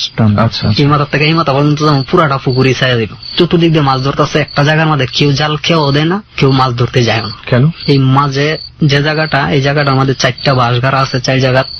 আমরা চাইছিলাম এটার মাঝে দিয়ে নিয়ে যাবো, এনে যখন কেউ খেয়ে দেয় না, সব মাছ গিয়ে অনেক জড়া হয়েছে। তো এই জায়গাটা আমাদের এতই গভীর, 100 ফিটের উপর হইব গভীর, কিন্তু এই জায়গার মধ্যে কেউ যাইতে পারে না নিচে। আচ্ছা আচ্ছা, এতটুকুই গভীর। ওই জায়গার মধ্যে গিয়া জালরা ছাড়ি নৌকা নিয়ে সাঁতরায় মাঝামাঝি, যখন ওই 4টা বাঁশগাড়া ওইটার মাঝামাঝি গেছি, গিয়ে 2 জন জাল ছাইড়া দিছি। কইছি জাল ছাইড়া দি। জালটা ছাইড়া দেওয়ার সাথে সাথে আমার হাতে যে বটটা ছিল, জালের যে রশিটা, এই রশিটা হাতে বান্ধা থাকে, ওই বন্ধাটা হঠাৎ করে খুলে গেছে আমার হাতের দিকে। জালও ছাড়িয়ে দিছি, জাল তো অনেক গভীর গেছে, জালও পাবো না, বিছায় রশি যদি না পাই। তো জামাল বাইরে কইতাছি, ভাই জাল ছাড়ছো? ছাড়ছি। ভাই হাতে তো সুতা ছুটে গেছে। সুতা ছুটে গেছে, বেটা আরেক বেটার জাল, যদি জালটা যদি না উড়াই নিতে পারি তাহলে জরিমানা দিতে হইব 500-600 টাকা। পানিতে ডুব দিয়ে বটটারে বিছাইতেছি সুতাটারে, ওও পাইতেছে না, আমিও পাইতেছি না। তো অনেকক্ষণ ডুবানির পরে হঠাৎ করে জালের যে বটটা ছিল, ওই বটটা আমার পায়ের মধ্যে পাইছে যায়। 20 থেকে 30 সেকেন্ডের মধ্যে মনে করেন যে পুরা 30 ফিট লম্বা বটটা ছিল। পুরাটা সাপ যেভাবে পেঁচায় না, ঠিক সেভাবে আমার পায়ের মধ্যে পুরাটা ভর পেঁচায়। তবু কি একটা করে পেঁচ দেওয়া, একটা করে গিট্টু দেওয়া, পুরাটা ভর এনে আমার পায়ের মধ্যে কিট্টু দেয়। লাগার পর আমি চিকার পারতে তাই যে ভাই আমি তো টানে যাইতে পারতেছি না, নিজ দিকে যাইতেছি, যে আমাকে যেন কি জানি নিজ দিকে আমার টানতেছে, মানে আপনার পা যে পেঁচে গেছে তারপর আপনি নিচের দিকে টানা শুরু করছেন। খালি নিচ দিকে আমি যাইতেছি, জালটা পুরোটা জালে আমার পায়ের মধ্যে ঝুলতেছে, এতটুকু পানি নিচে তলা পাইনি জালে। তো আমি চিকার পারতাছি, তো ভাই প্রথম টান দিচ্ছে যা সাইডে, আমি কই আমি ভাই যাইতে পারতাছি, তুই আমার যে ভাই হোক টানে নে। ও কতক্ষণ টানে নিতে পারে না, আমাদের আমার ফুয়াতো ভাই চিকার দেয়। লগে আরেকজন মুরব্বী ছিল, ওই মুরব্বী আবার টার পায়ে লাইছে, যেন তো কোনো কিছু হইতেই পারে এই জায়গাটার মধ্যে, যেহেতু একটু বেজাল জায়গাটা। ওই মুরব্বী কইতেছে আমার ডাক দিয়া, যাই তুমি ডুব দিবা না, তুমি বাইশা দাও। তাই আরেকজন লোক নামে, দুইজনে গিয়ে আমার দুই হাতে ধরিয়া সাতটায় এই আর কি আনে, কিন্তু দুইজনে আনতে পারে না। আরেকজন লোকে দুর্ভাগ্যটা ওই একটা বাঁশ আনে লম্বা দেখে, আপনার এই পুকুরের পানির উপরে ফালাইলে আমার কয় বাঁশটার মাঝে চাপড়ায় ধর, শক্ত করে ধর। তারপরে মুরব্বী আমার পত্র ভাই আর 3-4 জন মিলে সবাই টাইনা উড়ায়, আমার টানে পুরা 30 মিনিট সময় লাগছে ওই আমার গিট্টুগুলা খুলতে পকেট থেকে। ওই গিট্টুগুলো আগে ছিল না? আগে ছিল না। না এটা তো গিট্টুটা পানির মধ্যেই হয়েছে, 20 থেকে 30 সেকেন্ডের ভিতরে 30 ফিট রশি পায়ের মধ্যে পেঁচাইয়া শুধু একটা করে পেঁচ দেওয়া, একটা করে গিট্টু দেওয়া। এইটাই হচ্ছে আমার প্রশ্নটা। ধর এমন হতে পারতো যে লজিক্যাল ছিল, যখন এটা হাতের মধ্যে থেকে দড়িটা ছুটে গেছে, তখন সে সাঁতার কাটছে, পায়ের সাথে যাওয়ার সময় হয়তো বা পায়ে পেঁচায় যেতে পারে, এটা খুব স্বাভাবিক। বাট এই যে এইভাবে গিট লেগে যাওয়া, গিট্টুগুলো যে লেগে গেছে, এইটা আই থিঙ্ক এটা একটা করে পেঁচ দেওয়া, একটা করে গিট্টু দেওয়া। কিন্তু গিট্টুটা কিভাবে সম্ভব? আপনাকে আমরা যেটা দেখছি যে আপনি মানে পরপর যেই কয়েকটা ঘটনা শুনলাম, একটু আগে আপনার প্রেমিকার ঘটনাটা শুনলাম, এবং এখন এটা, মানে আপনি বেশ বড় বড় বিপদের কাছে যেও মোটামুটি কোনো না কোনো ভাবে বেঁচে ফিরে আসছেন, বড় ধরনের দুর্ঘটনা ঘটেনি। আর কি কোনো ধরনের কোনো কিছু কি আছে আপনার লাইফে? আমার আরেকটা ঘটনা আছে, রমজান ঈদের 28 দিন পর ঘটনাটা। এটাও ওই পুতুলাতেই, যে বাসাতে থাকি এই বাসায় আমার মেয়ে, ছোট একটা মেয়ে আছে, 9 বছর বয়স মেয়েটার। মেয়েটা প্রায় সন্ধ্যার পর আমার ঘর, সন্ধ্যার সময় আবার বাড়ি বাতি জ্বালাইতে দেয় না, লাইটটা জ্বালাইতে দেয় না, কারেন্টের বিল উঠে বেশি। লাইটটা অফ করে আমার মাইয়াটারে ওর ঘরে নিয়ে বসায় রাখে। মাইয়াটা টিভি দেয় অনেক বসে বসে, তো মাঝে মাঝে আবার ঘরেও আসে যে আমরা আসলাম নাকি দেখার জন্য। তাই সে দর খুলে আরে লাইট জ্বালানোর আগে দরজা খুলে যখন ভিতরে ঢুকার পর দেখে ঝিলমিল একটা মহিলা, ঝিলমিল শাড়ি পিনতে, মানে চিকচিক করে, এই যে পাতিমুতি লাগাই না থাকে না, পাথর টাথর লাগাই না শাড়ি, ওই শাড়িগুলা চিকচিক করতেছে। একটা মহিলা বসে রয়েছে ঘরের কোনায়। আমি কই ধর, মানে ওই সময়টাতে আপনারা বাসায় কেউ থাকেন না? না, বাসায় কেউ থাকে না। আপনার মেয়েটা কয়েকদিন ধরে দেখছে, কয়েকবার দেখছে মহিলাকে? 2-3 বার আমার সাথেই বলছে যে আব্বু কে জানি আমাকে ঘরে না বসে থাকে ওই কোনার মধ্যে। আমি চিন্তা করছি বাচ্চা মেয়েটার কি অবস্থা হতো প্রত্যেকবার যখন সে দেখতো। আচ্ছা বলেন। আমি কইছি ধর কিছু না, তো আমি বিশ্বাস করতাম না। তা এদিকে আবার আমি বাড়িওয়ালারে কইছি, বাড়িওয়ালা কইতেছে না আমরা বাড়ি এরকম কোনো কিছু নাই, হুজুরে দিয়ে আমরা সব তাবিজ করে বাড়ি বাইন্ধে রাখছি, এই বাড়িতে কোনো কিছু ঢুকতে পারবে না। বাড়িওয়ালা কয় বাড়ির সাইডে থাকতে পারে, কিন্তু আমার বাড়িতে নেই, আমার বাড়ি তাবিজ দিয়া বান্ধা, তাবিজ গাইরা দিছি বাড়ির চতুর্দিক দিয়ে। বিশ্বাস না করলে আমিও জাগা ছোট মানুষ দেখছি, আমরা তো আর কিছু দেখছি না। সকাল 8টা বাজে আমি কাজে যাই, কাজ করতে করতে যে কাজটা করি, কাজ করতে করতে রাত্রে 12টা-1টা বেজে যায়। বাসায় চলে আসার পর গেটের মধ্যে এসে অনেকক্ষণ ডাকাডাকি করি, কোনো লোক শুনতে পারে না, ভিতর দিয়ে আবার তালা মাইরা লাই 10টার দিকে গেট। তা আমি আবার কি বেশি লেট করলে যদি কেউ না উঠে, তাহলে আমি বাউন্ডারির ওয়াল আছে, ওয়াল টপকাইয়া ভিতরে যাইতাম। তো অনেকক্ষণ ডাকলে কেউ শুনে না, তারপরে বাউন্ডারির ওয়ালে যাই। ওয়ালটা আমার মাথা, আমার যতটুকু হাইট তার থেকে আরো 2 ফিট উঁচা ওয়ালটা। ওই ওয়ালটার মধ্যে আমি ফাল দিয়া ধরিয়া উপরে উঠি। ওয়ালের উপরে যখন উঠার পরে দেখি একটা মহিলা এত সুন্দর ভাবে সাজিয়া, শুধু মুখটা দেখা যাইতেছে না, আর পুরা শরীরটাই দেখা যাইতেছে। মানে কাপড় পিন্দা যে একটা মানুষ যে বসে রয়েছে, একটা মহিলা, হ্যাঁ স্পষ্ট দেখা যাইতেছে। উনি আমার ঘরের দুয়ারের মধ্যে বসে রয়েছে, চিরাটার মধ্যে বসে রয়েছে। আমি ওয়ালের উপরে উঠতে 3-4টা ডাক দিই, এই কেডা আপনি এনেকে কেলাকে বলেছেন আমার ঘরের দুয়ারে? কোনো সারা শব্দ দেন না, জুড়ে চিৎকার দিই। কিন্তু ঘরের থেকে লোকজনরে ডাকি, বাড়িওয়ালারে শুদ্ধা ডাকি, কেউই আমার কথা শুনতে পারে না। আমি অনেক চিৎকার ভাই ডাক দিছি, জিদ দেও ডাকছি। ডাকার পর ওই মহিলা থেকে চুলও লড়ে নেই, ওইখানেই বসে রয়েছে। মহিলা মানে অবস্থাটা এরকম যে আপনাকে দেখতেই পাচ্ছে না। আমি তো স্পষ্ট দেখতে পারতেছি, ওই ভাব ধরতেছে যে আমার দেখতেছে না, ওই নিজ দিকে চাই রয়েছে, কোন উত্তর দিতেছে না, কোন লড়তেও আসে না, চুপ করে বই রয়েছে, কোন কথা বলতেছে না। যখন কয়েকটা ডাক দিই, ডাক দেওয়ার পরে আমি একটু ভয় পেয়ে যাই যে আমার মাইয়ার কথাটা মনে হয়ে যায় যে আমার মেয়েটা তো এটা খুঁজছিল এরকম ধরনের, তো এটাই তো হইতে পারে। আমি আবার ওন থেকে ওয়ালের থেকে ফাল দিয়ে নামা পড়ি, নামে আর রাস্তায় যাই, দোকানে যাই। আমি দোকানে গিয়ে কাঁপতাছি, কইতেছে কিরে তুই কি কোনো চুরি টুরি করবার গেছিলি নি? এবার আমি বলছি ভাই এই ঘটনা, আমাকে একটু ঘরে দিও না। দোকানে বই রয়েছে 2-3 জন কাস্টমার, আমার এক পরিচিত বাসায় আসে দিয়া জানার লেগে। তো আর আমি কইছি যে আমি তো অল্প পেয়ে যাইতে ঘরে ডাকলে উঠে না। পরে আবার গেটের মধ্যে এসে টুকা দিছি, টুকা দেওয়ার পরে আমার ঘর থেকে আমার ওয়াইফ বাইরেছে, আবার উপর থেকে লুকাইছে, গেট খুলে দিছে। তখন আর কোনো কিছু না, পরে গিয়ে একটা ডাক দিতে গেট একটা টুকা দিছি, খালি সিটকারিট একটা বাড়ি দিছি, বাড়ি দেওয়ার পরে দেই ওরা আবার খুলে দিছে। তারপরে একটা জায়গা দেখতেছি কালো একটা বিড়াল, যে আমার রুমটা যে এই বাম সাইডে ঢুকতে সোজা সামনে করে, গেটটা দিয়ে ঢুকতে সোজা সামনে, আর হাতের বাম পাশে হইল একটা বাথরুম আছে, ওই বাথরুমটার উপরে কালো একটা বিড়াল 2টা ছোট ছোট বাচ্চা লিয়া বসে দিচ্ছে। তো এইটুকু আমি দেখি, কিন্তু ওই মহিলা যে দেখলাম, পরে চিন্তা করলাম রাত্রে 1টা বাজে 1:30 বাজে গেছে এটা আমি। তো 1টার সময় এখন গিয়া সবাই যদি এগুলা কই, হয়তো আমার ঘরেও ভয় পাইতে পারে, আমার ঘরে ধরে যদি ভয় পাই, আমি আর কেউ কিছু কই নাই। তো বাড়িওয়ালারে পরবর্তীতে আবার জানাই এই ঘটনাটা এখানে ঘটছে। তো বাড়িওয়ালারে জানাই, বাড়িওয়ালা বিশ্বাস করে না। তো এখনো কি আপনি সেই বাড়িতেই আছেন? এখনো আমি সেই বাড়িতেই আছি। কোন ধরনের আর কিছু কি দেখছেন? না, এরপরে থেকে মহিলাকে আর দেখেননি? না, ওই মহিলাটাকে আমি আর এখন দেখতে পারি। আমার মেয়েটাও এখন কিছুদিন ধরে দেখতেছে না, তো আমি মেয়েটাকে একটা তাবিজ এনে দেওয়া হয়েছে।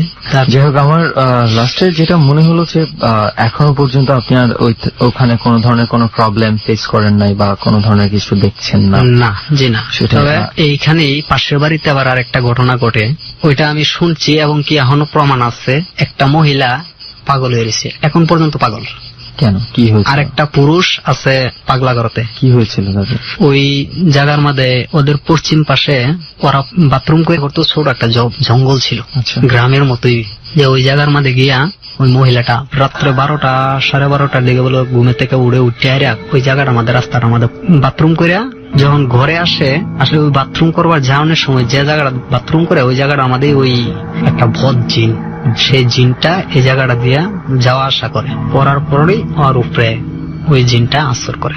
আছর করলে ওই মনে করেন পরের দিন থেকে এই মুখের দাঁত গুলো হাতে টান দিয়া খুলে ফেলায়, এমনি করে টান দিয়ে খুলে আবার হি হি করে আসে, আর এমনি করে আবার জাতা দিয়া লাগায়। তো দাঁত হাতে নিয়ে আয়, রক্ত, মুখ পুরা লাল, 2-3 জনে দূরে রাখতে পারে না, এই অবস্থা। মুখের দাঁত গুলা টাইনে খুলে লায়, তারপরে আবার কি জাতা দিয়ে থুয়ে দেয়, এমনি উল্টায় এলায়, দাঁত গুলা ধরে এমনি করে উল্টায় হি হি করে আসে, আর মুখ রক্ত। তারপরে এই বড় দেবর থাকে যে একটা বড় দেবর আর কি, সেই বড় দেবরে আবার ওরে অনেক মারধর করে, জিদ দেয়, অনেক বকাবাদ্য করে, মারধর করে। কবিরাজ আনে, কিন্তু কখন পর্যন্ত কোন কবিরাজ ওর রূপটা ভালো করতে পারে নাই। এখন মনে করেন ওর সাথে নিয়মিত ঘটতেছে, হয় যদি সবসময় একজনের সাথে কথা বলতে আছে, সারাক্ষণ নিজেই কথা বলতে, নিজেই সারাক্ষণ কেউ সাথে কথা বলতেছে, আর ওই স্বাভাবিক পাক করতেও পারে। আবার আপনি যে ছেলে মেয়ে এবং স্বামী তাদেরকে খাওয়াইতেছে, রান্তাছে, পাক করতেছে, খাওয়াইতেছে, এরকম স্বাভাবিক, কিন্তু কথাও কইতেছে। কিন্তু এর ফাঁকে আবার সেই অস্বাভাবিক দাঁত খুলে ফেলা, এগুলো কি সবসময় করে না, মাঝে মাঝে? এগুলা যখন অবস্থাটা বেশি খারাপ হয়ে যায় তখন করে। তো অনেক লোকজন, অনেক দূর থেকে লোকজন আসতে পারে দেখবা লাগিয়া যে কি অবস্থা। অনেক কবিরাজ দিয়ে চিকিৎসা করে হয়ে গেছে, হঠাৎ করে হয়ে গেছে। তো এখন পর্যন্ত এভাবে হইতেছে।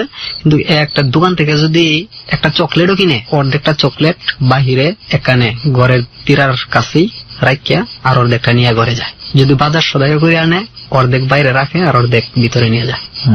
অলৌকিক জিনিস এটা এখন পর্যন্ত চলতেছে। একটা পান কিনে আনে দোকান থেকে, পান কিনে এনে অর্ধেকটা বাইরে থুয়ে যায় আর অর্ধেকটা ভিতরে নিয়ে যায়। আসলে অদ্ভুত লজিক, কি লজিক দেওয়া যাবে?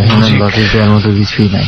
সব সায়েন্স, সব লজিক শেষ হওয়ার পরে সব ঘটনা শুরু হয়। মানে একটা মানুষ নিজের দাঁত নিজে উপড়ে ফেলে তারপরে হাসে কিভাবে?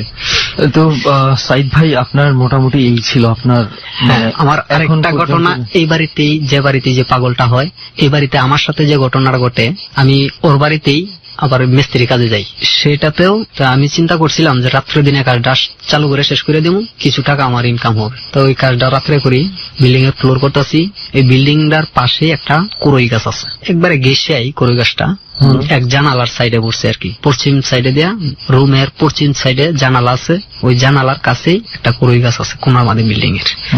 ওই কোনাটার মধ্যে হঠাৎ করে জানালা দিয়ে কুরই গাছের পাতা, ছোট ছোট পাতা, তো ফ্লোর করতে গেলে গ্যারাটিন বলি যে সিমেন্ট গুলাইয়া ফ্লোরে ডালি, ওই বিজার মধ্যে অনেকগুলা পাতা ফ্লোরের মাঝে আমাকে ফেঁকা মিলা দেয় বাইরে থেকে। কি সর্বনাশটা করছে, আমি সন্ধ্যা থেকে 12টা-1টা বাজে এই পর্যন্ত আমি আদাইতেছি। এমন হতে পারে বাতাসেও এসে করতে পারে, বাতাসে অনেকগুলো একখানে জ্বলা হইয়া পড়বো না, আর কোনো বাতাস এই মুহূর্তে নাইও। বাতাস থাকলে বাহিরে বাতাস থাকতো, আমার ফ্লোর চালু করে টাইনা যেত।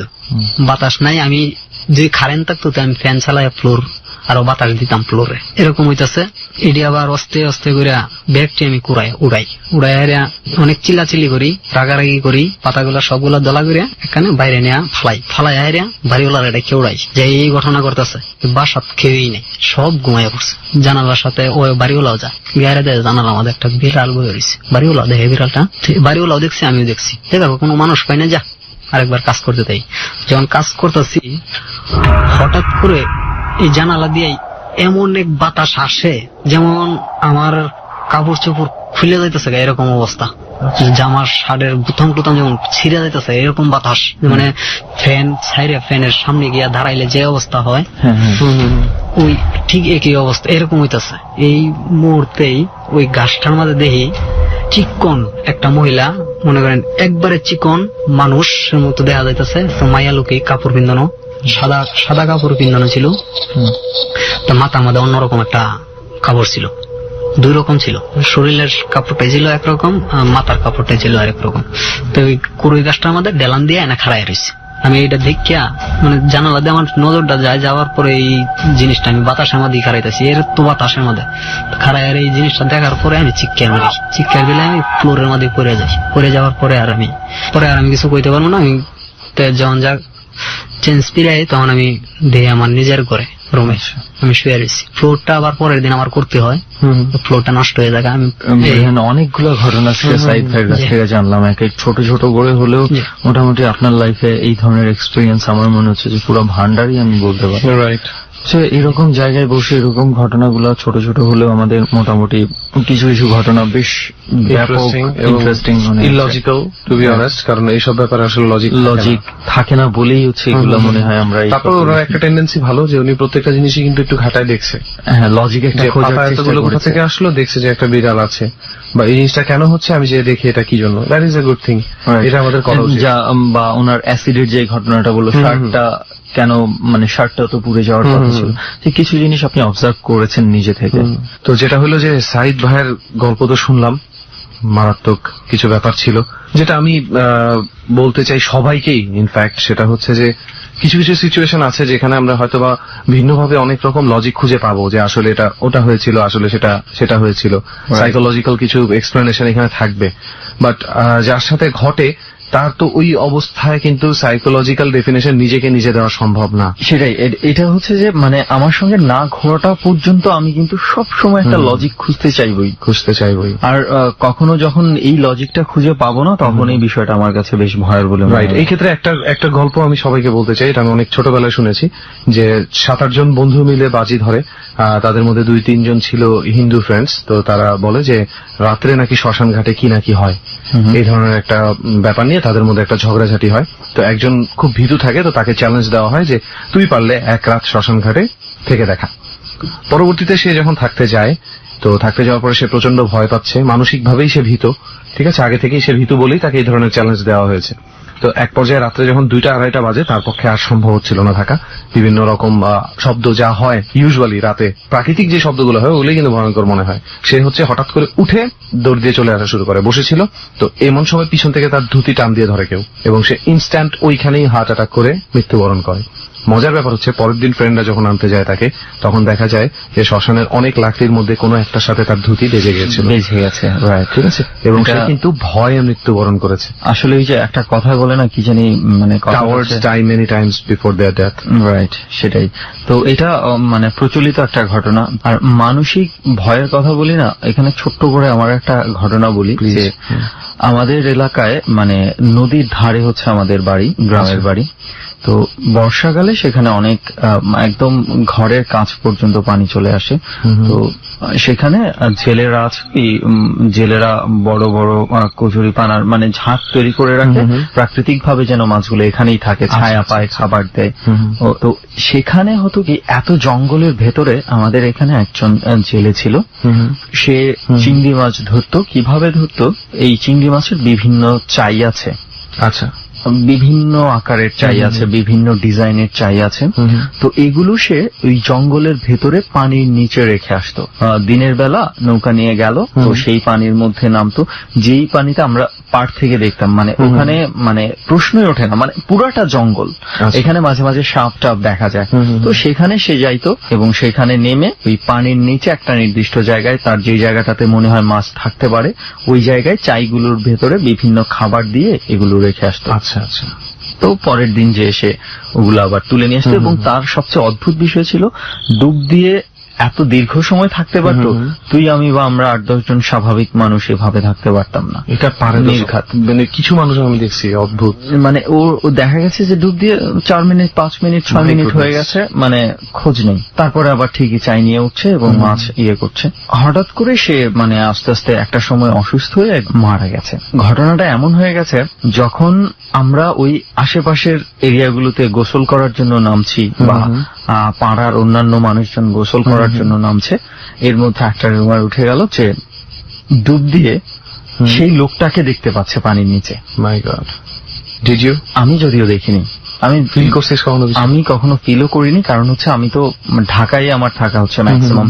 যখন আমি যাই অনেকের কাছে আমি এটা শুনেছি, কিন্তু সিরিয়াসলি আমি অস্বীকার করব না, আমি যখন যাই আমি গোসল করার জন্য একবার যদি ডুব দেই, তাহলে কোনো না কোনো ভাবে ওইটা আমার মনের মধ্যে খোঁচা দেয়। কখনো এমনও হয়েছে ভয়ে চোখ মেলছি না, ভয় না পেয়েছে, মানে ফিলিংসটা এমন থাকে যে হয়তো চোখ খুললেই এখন হয়তো বা দেখতে পাবো। রাইট, এমন হয়েছে। আমি যদিও মনে করি যেটা সম্পূর্ণই মানসিক ব্যাপার, এমন হয়ে গেছে যে আমার মনে হয় এই যে আমরা যতগুলো ঘটনা শুনি, ম্যাক্সিমাম ঘটনার মধ্যে আমি জানি, এটা সবাই অলরেডি জানে, যে হাজার হাজার কোটি কোটি ভূতের গল্প থাকলেও আলটিমেটলি কিছু ব্যাপার কিন্তু খুব সিমিলার ভাবেই ঘটে যায়। Ultimately horror comes from the same place. তো সেই ক্ষেত্রে ম্যাক্সিমাম টাইমই দেখা যায় যে এই ব্যাপারটা কিন্তু থাকে, পেছনে তাকানো যাবে না, পেছনে তাকানো যাবে না। আমার মনে হয় এটা কিন্তু it's the first rule, psychological defence. যেমন আমরা জানি অনেক উঁচুতে যখন আমরা উঠি, সবাই কিন্তু সবসময় বলে নিচে তাকানো যাবে না, নামতে থাকো। জাস্ট পেছনে তাকানো যাবে না বলেও কিন্তু অ্যাকচুয়ালি মানুষের কনফিডেন্সটা বাড়ানো হয়, ভয়টা পেয়েও বসতে পারে পেছনে তাকানো। হোয়াটএভার, আমি যাই দেখি না কেন, হঠাৎ করে পিছনে তাকিয়ে যদি আমি দেখি তুইও দাঁড়ায় আছিস, তাও আমার ভয় লাগতে পারে। সেটাই। যাই হোক, আমরা দুজন অনেক কথা বলে ফেলছি, যার গল্প শোনার জন্য বসে আছি আমরা তার গল্পই শুনি। আমাদের গল্প তো হয়তো এক সময় আমরা একটু একটু করে বলবো। মকসেদুল ভাই তো আমাদের সঙ্গে আছে। মকসেদুল ভাই কেমন আছেন? ভালো আছি, আপনি ভালো আছেন ভাই? এই তো আমরা সবাই ভালো আছি। আর এই জায়গার মধ্যে আপনাকে নিয়ে আসছি আমরা, মানে আপনি কি খুব বেশি মাইন্ড করেছেন? এমন একটা জঘন্য জায়গায় নিয়ে আসছি এত রাত্রের বেলা। না, বেশি একটা মাইন্ড করে নাই, তবে কিছুটা মাইন্ড করছি, কিন্তু যত রাত্রে মনে হয় গভীর হবে এই জায়গাটায় অনেক ভয়ঙ্কর হয়ে আসতে পারে। আমরা অনেক সময় আমাদের শ্রোতা যারা আছে, আমরা ওই স্পটের বর্ণনাটা সবসময় বলি না, অনেকে মাঝে মাঝে প্রকৃত ঘটনা একটু জানলে ভয়ও পেয়ে যেতে পারে, সেই জন্য আমাদের সবসময় বলা হয় না। তবে হ্যাঁ, আমরা এতটুকু আপনাদেরকে নিশ্চয়তা দিই যে আমরা আসার আগে আমরা সবসময় চেষ্টা করি আমাদের এবং আমাদের সাথে যারা অতিথি থাকে তাদের যেন নিরাপত্তার বিষয়টা ম্যাক্সিমাম এবং ইদানিং আমরা স্পটের ডেসক্রিপশন দেওয়া আরো বেশি বন্ধ করার কারণ হচ্ছে যে কিছু পার্সন আমরা খোঁজ পেয়েছি যারা এরকম জায়গাগুলোতে যাওয়ার চেষ্টা করেছে এবং ভূত নয়, মানুষের পাল্লায় পড়ে কিন্তু অনেক রকম বিপদে পড়তে পারে না। সেই জন্য এখন আমরা স্পেসিফিক করে আমরা বলছি না, রাইট? কারণ আমরা কিছু ঘটনা এরকম পেয়েছি, ওই নাম শোনার পর সেখানে যে বিভিন্ন মানুষ বিভিন্ন ধরনের কর্মকাণ্ড করার চেষ্টা করেছে। যাই হোক, আজকেও এই জায়গাটার নামও বলছি না। মকসুদ ভাই, আপনার ঘটনাটা শুনি। প্রথম আমার সাথে ঘটনা ঘটে আমার 15 থেকে 16 বছর যখন বয়স, তখন আমি আমার এক ওস্তাদের সাথে থাকি। কি ধরনের ওস্তাদ? এই যে প্যারানরমাল ব্যাপারে যেগুলা যে ঘটে মানুষের সাথে, এগুলা নিয়ে অনেক কবিরাজি বিষয়ে ঘাটাঘাটি করতো উনি। না, এটা ওনার মানে ধর্মের প্রতি এত সুন্দর একটা নজর দেখে আমরা অলরেডি বুঝতে পেরেছি। জি, উনি এইসব বিষয় নিয়ে অনেক, এই জিনিসগুলো জানার জন্য আপনি তাকে ওস্তাদ বলে মানেন? জি জি জি, ওনার কাছ থেকে এই ধরনের বিষয়গুলো আমি শিখার জন্য তাকে আমি ওস্তাদ মানি। আচ্ছা আচ্ছা। আপনি যেখানে কথা বলছেন এটা কোথায়? এটা আমাদের গ্রামের বাড়িতে, গাইবান্ধা। গাইবান্ধা। জি জি গাইবান্ধা। গাইবান্ধা থেকে আমরা কিছুদিন আগে আসলাম সেখান Right. থেকে। জি জি গাইবান্ধার কোথায় আপনার বাড়ি? গাইবান্ধা সদরে, গাইবান্ধা সদর থেকে 6-7 কিলোমিটার দূরে আমার ভিতরে, বাড়ি, আচ্ছা, আচ্ছা। ভিতরে।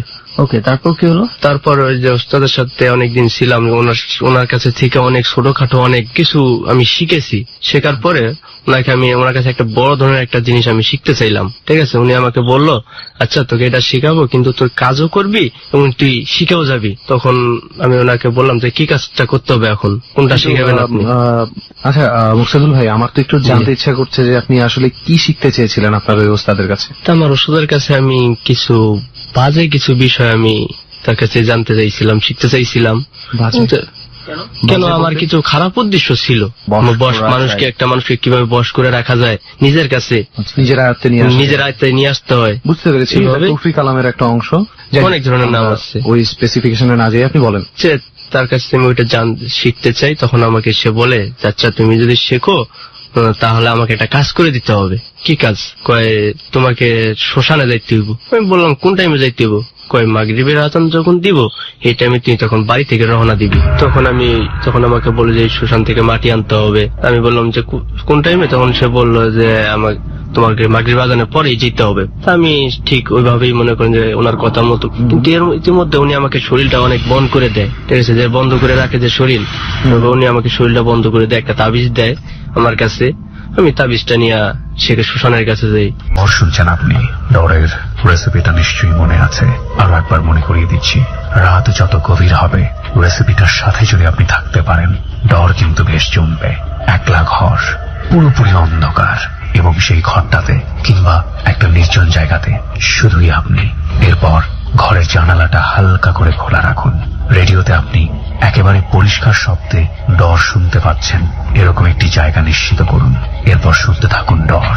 ডর মানে আমরা বলি ভয়, এবং এই ভয়টাকে সত্যি সত্যি উপলব্ধি করতে হলে ডরের এই রেসিপিটা আপনাকে অবশ্যই মানতে হবে। আপনি ডর। শ্মশানের কাছে গিয়া মাটিটা নেয়া আর একটা লাকড়ি নেই। উনি লাকড়ির কথা বলছিল যে লাকড়িটা আনতে হবে। আমি ওই লাকড়িটা পোড়া লাকড়ি, যে অর্ধেকটা পোড়া, অর্ধেকটা আর কি মনে করেন যে কাঁচা আছে, মানে যেটা নিভে গেছে, মানে চিতায় ব্যবহার করা হয় এই ধরনের লাকড়ি। এই ধরনের কোন লাকড়ি একটা ওখানে আছে, কিন্তু অনেক কয়টা আছে, আমি একটা নিছি। আমি কিছু দূর হেঁটে আসতে, কিন্তু উনি আমাকে একটা কথা বলছে যে তুমি পিছের দিকে তাকাবে না কোনো সময়, পিছের দিকে তাকালে কিন্তু তোমার ক্ষতি হবে। ওকে, তখন আমি ওনার কথা মতো কোনো পিছের দিকে কখনো তাকাইনি। পিছের দিকে না তাকিয়ে আমি মাটি আর লাকড়ি নিয়ে হাঁটতে শুরু করছি। কিন্তু আমি প্রায় আমার বাড়ির কাছাকাছি এসে পড়ছি, আর 2টা জমি পার হলে আমি আমার বাড়িতে যেতে পারবো। আচ্ছা, তখন ওই টাইমে দেখুন পুরো যেন অন্ধকার নেমে আসলো। মানে কি এর আগে কি অমাবস্যা বা চাঁদ ছিল না, বা আলো ছিল? হালকা আলো ছিল। আচ্ছা আচ্ছা আচ্ছা, ঠিক আছে। ওই আলোটা পুরোটা চতুর্দিক থেকে অন্ধকার আসতেছে। তখন আমার কিছু একটা ছোট মানুষ তো তখন আমি, তখন আমার কিছু একটা ভয়ঙ্কর একটা কিছু শব্দ হইতেছে চতুর্দিক থেকে। আবার দেখি আমার মাথার উপরে কতটি চিল যেন উঠতেছে, যেন আমাকে ধরবো, এরকম ধরনের কিছু। তখন আমি ভয় পেয়ে মাটিটা ফেলে দিই, লাঠিটা ফেলে দিই। আচ্ছা, সঙ্গে সঙ্গে দেখি যে একদম ফর্সা হয়ে গেল, মানে যা ছিল তাই স্বাভাবিক সম্ভব না, রাতের বেলা স্বাভাবিক হয়ে গেছে। আগে যে এরকম ছিল এরকম হয়ে গেল। তখন আমি আস্তে করে বাসায় আসলাম। পরের দিন আবার ওস্তাদের কাছে গেলাম, যে মাটি আনতে পারি নাই। উনি আমাকে বললো যে তুমি মাটি আনতে পারোস না, তাহলে কাজ শিখবি কিভাবে? তারপর আমি ওস্তাদকে বললাম যে আমাকে পারতেই হবে, তাহলে তুই যে মঙ্গলবারে তোকে আবার যেতে হবে ওই মাটি আনতে। তখন আমি ওইভাবে মঙ্গলবারে আবার চলে গেলাম মাটি আর ওই লাকড়ি আনতে। মাটিটা নিছি, নিয়ে ওই লাকড়িটা নিছি, শ্মশান থেকে মাটিটা লইয়া আসতেছি। ফিরে এই সেম জায়গায় এসে যেন অন্ধকার পুরো নেমে আসলো, আর ভয়ঙ্কর কিছু শব্দ আসতেছে। তখন আমি এটা দেখে মনে করেন যে অনেকটা ভয় পাইলাম, যে আমার মনে মনে একটা ধারণা যে আমাকে শিখতে হইব, না পারলে আমি শিখতে পারবো না। ভিতরে অনেক আমার ভয় কাজ করতেছে, অনেক ভয় কাজ করতেছে। এরপরও আমি সাহস করতেছি মনে। কিছু দূর আগে আসছি, আবার আইসা দেখি যে জমির আইল থাকে, ওই আইলের মাঝে 2টা সাপ পেঁচাইয়া আইলের মাঝে এক লগে 2টা বয়ে রয়েছে ঠানা ধইরা। হ্যাঁ, সাপ 2টা জন্য আমার দিকে তাকিয়ে রয়েছে। তখন আমি ওটা দেখে ওস্তাদকে ওয়াদা দিছি যে আমাকে এটা করতেই হবে। তখন আমি জমির মাছ দিয়া পিছে না তাকাইয়া জমির মাঝে দিয়ে আবার হাঁটা ধরছি। আচ্ছা, আইল থেকে নেমে জমি দিয়ে হাঁটা শুরু করছি। আবার যখন সামনে গেছি, সামনে যা দেখি যে কতটি ছোট ছোট লোক, ছোট যে 3-4 হাত লম্বা হবে, এরকম ছোট ছোট কতটি লোক চতুর্দিক থেকে যেন আমার ঘিরে ধরতেছে, আমি বলে বোঝাইতে পারতাছি না যে এত বড় বড় চোখ, মানুষের এত বড় বড় চোখ হতে পারে না। ভয় পাইলো আমার, কিন্তু আমার ওয়াদার দিকে আমি তখন ওই যে চতুর্দিক থেকে এরা আসতেছে, আর মাথায় তো ওই যে চিল আর হচ্ছে যে শগুন যে আছে, এরা তো মনে করেন যে আমার মাথার উপর দিয়ে শুধু উঠতেছে, মাথার উপর দিয়ে উঠতেছে যেন আমাকে খেয়ে ফেলবো। তারপরও আমি তো সূরা কালাম পড়তে আছি, আর আমি সামনের দিকে গিয়েছি, বাড়ি পর্যন্ত গেছি, যে বাড়িতে যে মাটিটা রাখছি রেখা গোসল করছি, গোসল করে খাওয়া দাওয়া করে আমার রুমে আমি ঘুমাইছি। আচ্ছা, আমার রুমে ঘুমাইছি, আমাদের রাত্রে আমার আর ঘুম আসে না। আমার রুমের চতুর্দিক থেকে রাত্রে শুধু খালি বেড়াইতেছে, যেন লাঠি দিয়ে বেড়াইলে যেরকম শব্দ হয় না, এরকম শব্দ হইতেছে। আপনার ঘরের মধ্যে? হ্যাঁ, আমার ঘরের ভিতরে। এই শব্দ পাইছে? না, আমার বাসার আর কেউ শব্দ পায় নাই, শুধু আমি শুনতাছি। আর আমার দরজার সামনে আইসা লক করতেছে যে তুই বের হয়ে আয়, তুই বের হয়ে আয়। তখন আমি ওদের সাথে কথা বলি, এই আমি তো এখন বাইরে হবো না। ওরা কয় না, তুই বাইরে হয়ে আয়। আর যেন চতুর্দিক থেকে খালি শুধু কান্নার আওয়াজ আসতেছে, যে তুই আমাকে ছেড়ে দে এবং তুই আমার মাটিতে আর লাকড়িতে। এরকম 3-4 দিন হয়, তখন যে আমি আর সহ্য করতে পারতাছি না, ওদের জ্বালা আমি আর ঘুমাইতে পারতাছি না। সহ্য না করতে পেরে আমি মাটিটা আর যে লাকড়িটা লয়ে আমার ওস্তাদের কাছে চলে যাই, যে ওস্তাদের কাছে দিয়ে আসি। সেই রাত্রেও দেখি যে না, আবার আসছে ওই চিৎকার চেঁচামেচি বন্ধ হয়? ওই চিৎকার চেঁচামেচি আর বন্ধ হচ্ছে না, কারণ চতুর্দিক থেকে গেলে যে লাঠি দরজা লক করে যে তুই বের হয়ে আয়। ওস্তাদের কাছে আমি তো এই জিনিসগুলো আবার শেয়ার করছি যে এরকম কিন্তু আমার সাথে হয়েছে। কইছে যে তুই রুমের থেকে বের হবি না। আচ্ছা, তখন আমি তার কথা মতো রুম থেকে আর বেরোতাম না। তুই রুমের থেকে ওর সাথে কথা বলবি, ওরা তো রুমে ঢুকতে পারবো না। তখন আমি ওদের সাথে ওখান থেকে কথা বলতাম যে আমার কাছে আর নাই তো, আমি তো সব দিয়ে আইছি। কয় কোথায় দিয়ে আইছো? যে আমার ওস্তাদের কাছে দিয়ে আইছি, তুমি আমার ওস্তাদের কাছে যাও। তখন ওরা চিৎকার চেঁচামেচি বন্ধ করে একটা আওয়াজ আসলো, তোর ওস্তাদকে আমি ছাড়বো না, যাহা কিছু করেছে তোর ওস্তাদে এটা করাইছে। তার নামটা ধরে বলছে, কিন্তু আমি তার নামটা বলবো না। তার নামটা ধরে একটা আওয়াজটা আসছে যে অমুককে আমি ছাড়বো না। কিছুদিন এভাবেই ছিল, 2-1 দিন আর মাঝে মাঝে টুকিটাকি ওইরকম হইতো মাঝে মাঝে। এরপর থেকে কিছুদিন যাওয়ার পর আমার থেকে আর এরকম ঘটনা ঘটতো না, কিন্তু আমার ওস্তাদের ক্ষতি হয়েছিল। কিরকম? আমার ওস্তাদ তার মেয়ের বাড়িতে গেছিল, তার মেয়ের বাড়ি থেকে আসার সময় এক শ্মশানের পাশ দিয়া আসতেছিল সে রাত্রে, তখন 1-2টা বাজে। তখন সেই ওই শ্মশানে তাকে ধরে একটা আছাড় মারা হয়েছিল। সে আছাড়ে তার মাজার হাতটা ভেঙে গেছিল। কিছুদিন অসুস্থ থাকার পর অনেক চেষ্টা করছে, অনেক কিছু করছে, সে নিজে অনেক চেষ্টা করছে, আরো অনেকজন দিয়ে চেষ্টা করাইছে, কিন্তু সবাই বলছে যে না, এটা সে আর বাঁচবে না। তাকে যে জিনিসটা আসর করছে সে বাঁচবে না। সে এরকম 2-3 মাস ছিল, 2-3 মাস থাকার পর সে মারা গেছে। এই ঘটনার 2-3 মাস পরে সে মারা যায়? হ্যাঁ, ঘটনা 2-3 মাস পর। যেটা শেখানোর কথা ছিল এটা আমি আর শিখতে পারিনি, মানে অনেক বড় ইয়েটা মানে ওই কবিরাজির সঙ্গেই হয়েছে, মানে আলটিমেট যেই ঘটনাটা। কিন্তু আমার মনে হয় মানে আপনি সেক্ষেত্রে সৌভাগ্যবান, আপনার সঙ্গেও কিছু একটা খুবই ভয়ানক কিছু ঘটতে পারতো, কারণ জিনিসটা আনার দায়িত্ব ছিল আপনার। কিন্তু আমি যে মারি টানছি এই জিনিসটা শিখেছি, কিন্তু আমার যে একটা খারাপ যে একটা উদ্দেশ্য ছিল, ওই উদ্দেশ্য বিষয়ে যে কাজগুলো ছিল ওইগুলো আমি শিখতে পারিনি। আই থিঙ্ক এটা আপনার জন্য ভালো হয়েছে। তারপরে কি আর কোন ধরনের অভিজ্ঞতা হয়েছে? হ্যাঁ, এই ধরনের আরো অনেক একটা ঘটনা আছে, যে আমি ওই টাইমে আর যে ঘটনার কিছুদিন পরে আমার আঙ্কেল সে করতো, এই যে নাটক করতো বাজারে, বিভিন্ন ওই যে গ্রামে পাড়ার মধ্যে যে হয়ে থাকে, যে আমি ওনার সাথে সাথে থাকতাম। কিন্তু আমার আপন আঙ্কেল না, আমার এই গ্রামের, বুঝতে পারছি। তখন ওনাকে বলতাম যে না, আমি এটি শিখবো। সে অভিনয় করে অভিনয় করতেছে, তখন বলছে আচ্ছা তুমি আমার সাথে থাকো, সাথে থাকলে আস্তে আস্তে শিখবা। তখন আমি ওনার সাথে সাথে থাকি।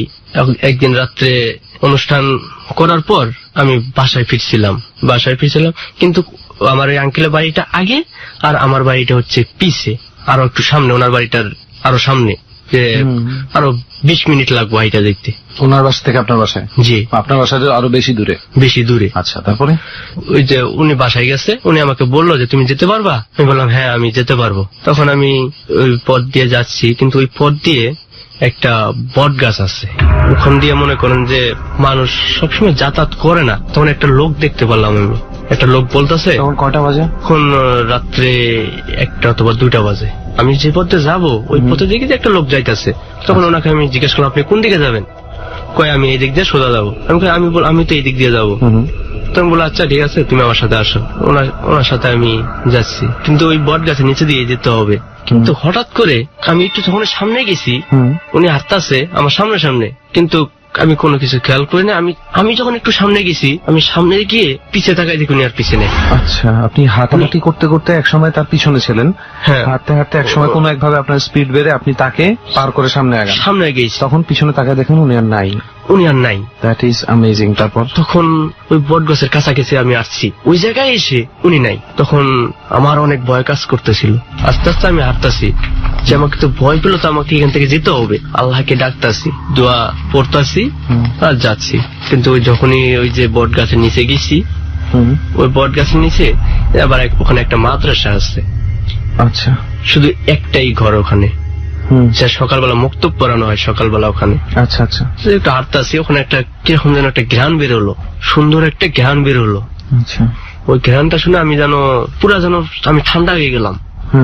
এরকম লাগতেছে আমার কাছে, যে আমার যে একটা শরীরে যে একটা যে বোঝা ছিল, একদম শরীরে হালকা হয়ে গেল আমার ওই জায়গায় ঘ্রাণটা শোনার পর।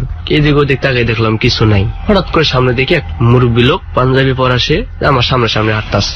আমি ওনার সামনে ওনার পিছিয়ে হাঁটতাছি, কিন্তু আমি যত যে ওনার সাথে যাবো আমি, মানে আপনি ওনার পাশে পৌঁছাতে পারছেন না, পাশে পৌঁছাতে পারতাছি না। কিন্তু যতটুকু ততটুকুই দূরত্ব থাকতেছে, কিন্তু আমি যে স্পিড বাড়াইতেছি, তারপর ওনার কাছে যেতে পারতাছি না। কিন্তু ঠিক ওই সময় পর্যন্ত, আমার বাড়ি পৌঁছা পর্যন্ত উনি আমাকে আমার সামনে গেছে, যে ওখানে যে একটা আওয়াজ হলো, তুই তো আজকে অনেক একটা বিপদের মুখে পড়েছিলি, তোকে রক্ষা করে তোকে নিয়ে আসলাম। আচ্ছা, তুই এখন সুন্দর বাসায় যা।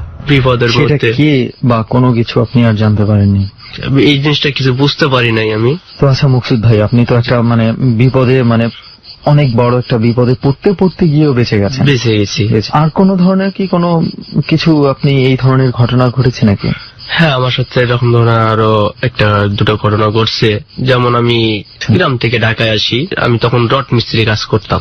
রড মিস্ত্রি? হ্যাঁ, বিল্ডিং কনস্ট্রাকশনের কাজ। আমার নাইট পড়ে গেছে, যে আমাকে। কোথায় এটা, কোন জায়গার ঘটনা? ঢাকায়? আমি কাজ করতেছিলাম মিরপুরে। মিরপুর কত নাম্বার? 1 নাম্বার। আমি মসজিদে 1 নাম্বারে, মিরপুর 1 নম্বরে মসজিদে আমি কাজ করতেছি। হঠাৎ করে আমার নাইট পড়ে গেছে। জরুরি কাজ করে তাড়াতাড়ি করতে হবে, এরকম একটা চাপ পড়ে গেছে। প্রতিদিনে নাইট করতেছি, কিন্তু হঠাৎ একদিন প্রতিদিন 12টা পর্যন্ত করতাম, কিন্তু একদিন চাপের কারণে 2টা পর্যন্ত করতে হবে। আমি 2টা পর্যন্ত কাজ করি। 2টা পর্যন্ত কাজ করার পর আমি বাসার দিকে রওনা দিই। ওখান থেকে আমার বাসা 2 কিলোমিটার হবে। তখন আমি ওখান থেকে 1 নম্বর মাজারের সামনে আসি। তখন আমি ওখানে চিন্তা করলাম যে এখন তো আর রিক্সা পাবো না এখানে, 1 নম্বর শালি মাজারের সামনে দেখতে হবে। তখন আমি 1 নম্বর শালি মাজারের কাছে আসি। আইসার দিকে ওখানে কোনো রিক্সা পাই না, যদিও পাই সে ওইদিকে যেতে চায় না। তখন আমি আস্তে আস্তে হাঁটা দিলাম। ওই জায়গায় একটা খটকা লাগলো আমার। আমি ওই পাশে 2টা পথ আছে, একটা সংক্ষেপ আর একটা দ্রুত। একটা সংক্ষেপ আর একটা দূরে, আর একটা ঘুরে যেতে হয়। ওখানে আমার যে খটকা লাগলো, যে সংক্ষেপ যে পথটা আছে, ওই পথটা যে আমার সাথে এক সময় কোনো একটা, আমি ওখানে কোনো কিছু একটা দেখতে পাই। আমি এই কারণে ওই দিক দিয়ে যাবো না, আমি যে দূরে যে পথটা ওই দিক দিয়ে যাবো। কিন্তু ওখানে যে আবার 2টা রাস্তা আছে। ওই 2 রাস্তার মাথায় যখন যাই, ওখানে যে আমার একটা খটকা লাগে। এই রাস্তা দিয়ে ঢুকবো, এই রাস্তা দিয়ে ঢুকলে তো ওখানে কিছু কুকুর থাকে। কুকুর মনে করেন যে রাত্রেবেলা মানুষ দেখলে কেউ শুরু করে দেয়, যদি আবার পিছিয়ে দৌড়ায়। আমি এটা মনে করে ওদিক দিয়ে না যাই, যে পিছনে দিয়ে দিক যে গলিটা আছে, চিপা গলি দিয়ে যাচ্ছি। চিপা গলি দিয়ে যাইয়ে কোন এলাকার গলিটা একটু বলতে পারেন? মিরপুর 2, কিন্তু নামটা হয়তো বলবো না আমি এখন। চিপাগুলিতে কিছু দূর সামনে গেছি, কিন্তু কিছু দূর সামনে যে একটা ডাস্টবিন আছে, আমি ওই ডাস্টবিনের পাশে দিয়ে হাঁটতাছি রাত্র তো তখন 2টার উপরে। কিছুক্ষণ পরে আমি ওখানে একটা ওই যে ডাস্টবিনের সামনে যখন গেছি, মাঝামাঝি গেছি, ডাস্টবিনের উপরে একটা বাচ্চা পুরো কাঁদতাছে। কান্নার আওয়াজটি এত সুন্দর, স্বাভাবিক যেমন বাচ্চাদের কান্না হয় ওরকম কান্না। কি অবস্থায় ছিল বাচ্চাটা? শুধু পরনে একটা কাপড় ছিল। বাচ্চাটার বয়স 6-7 মাস বয়স হবে, এরকম বয়সে। কিন্তু বাচ্চাটা দেখে অনেক মায়া লাগলো, যে বাচ্চাটা এত সুন্দর একটা বাচ্চা এখানে পুরো কাঁদতাছে। তখন আমি ওখানে খালি চিন্তা করলাম, এত সুন্দর একটা বাচ্চা এখানে থাকবো কেউ এত রাত্রে এখানে কি করে? না কেউ ফালাই দিল, বাচ্চাটারে, তখন আমি চিন্তা ভাবনা করে যে কান্নার আওয়াজটা যেন আমার যেন পাগল করে দিছে। তখন আমি অনেক চিন্তা ভাবনা করে বাচ্চাটারে আমি কোলে উঠাইলাই। কোলে নিয়ে আমি আমার মতো হাঁটতাছি, কোলে নিয়ে হাঁটতাছি। এখন কিছু দূর সামনে গেছি, আমি বাচ্চাটার দিকে তাকাইছি। আমি বাচ্চাটার মুখের দিকে যখন তাকাইছি, যেন চোখগুলো বড় বড় করে আমার দিকে তাকাই রয়েছে, আর দাড়ি আর মোজ যেন কোমরে ঝুলতাছে, মাথার চুল যেন এই যে মাজায় ঝুলতাছে। এত বড় চুল, এত বড় মোজ দেখে, দাড়ি দেখে আমি একটা চিৎকার দিই, আল্লাহ তুমি আমাকে বাঁচাও।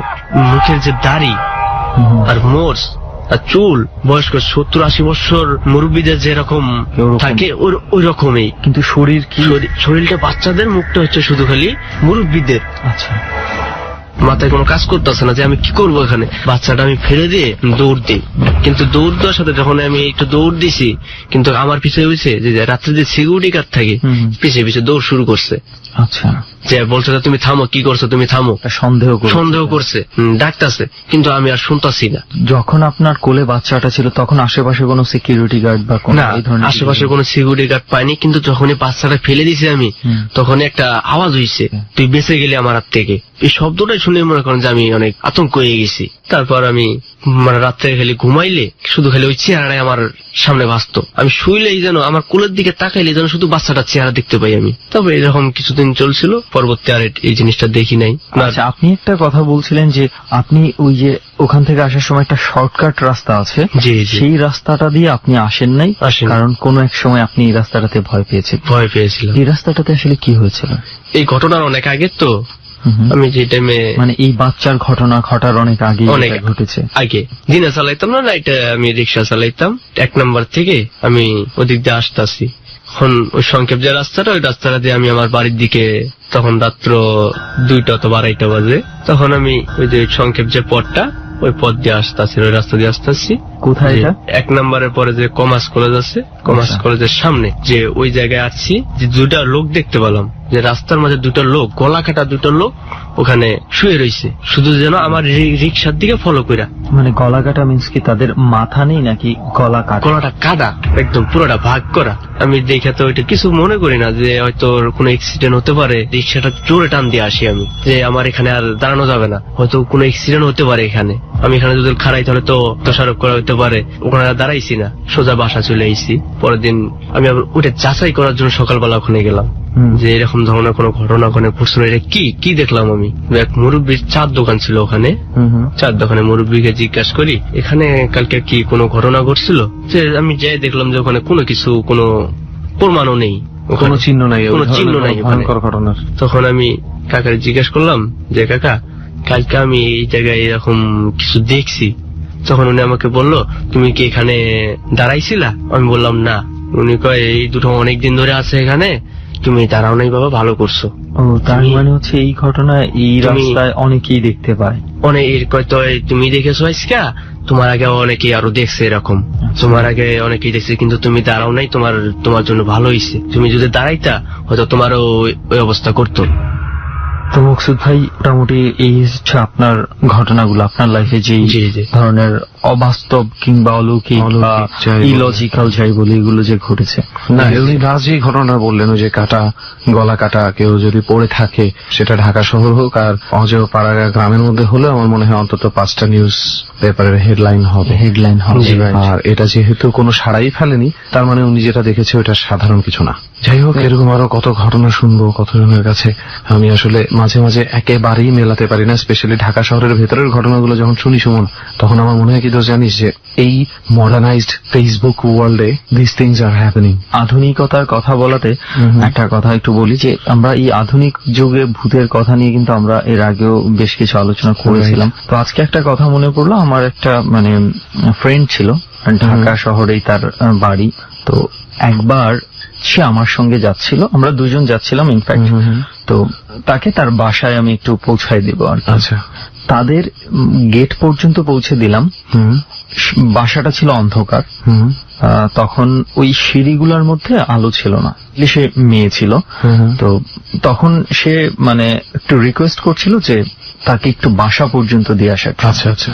তো আমি খুব অবাক হয়ে গেলাম যে এখান থেকে এখানে মাত্র 2 তলা বা 3 তলায় হয়তো কয়েকটা সিঁড়ি উঠলেই তো হয়ে যাচ্ছে, সেটাই। সে যেতে যাচ্ছে না। তো আমি বললাম আচ্ছা ঠিক আছে, এত দূর যখন এগিয়ে দিতে পেরেছি আর অতটুকু দিয়ে 2টা সিঁড়ি আর কি এমন। তো দিয়ে আসলাম। ওই দিন আর আমি কিছু বলিনি। এরপরে যখন ওর সঙ্গে আমার কথা হলো এটা নিয়ে যে ঘটনা কি, তোকে আমি এত দূর পর্যন্ত দিয়ে আসলাম, এরপরে এতটুকু রাস্তা তুই এই কয়টা সিঁড়ি নিয়ে যেতে তোর এত ভয় কিসের? সেটাই। তখন ও বিষয়টা বললো যে তাদের এই বিল্ডিংটাতে এই সিঁড়িতে বিভিন্ন সময়ে বিভিন্ন মানুষ বিভিন্ন ধরনের অবাস্তব কিছু দেখেছে। আচ্ছা। বিশেষ করে যখন এই জায়গাটা অন্ধকার থাকে তখন এই বিষয়গুলো আরো বেশি হয়তো দেখে। হয়তো অন্ধকারের মধ্যে দেখা গেছে তাদের এমন হয়েছে, কেউ সিঁড়ি দিয়ে ধর অন্ধকারের মধ্যে তো চেনা সিঁড়ি নামতেই পারে, নামছে হঠাৎ কারোর সঙ্গে হয়তো টাচ লেগে গেছে, ধাক্কা, মনে হচ্ছে যে কেউ ক্রস করেছে, but there was no one.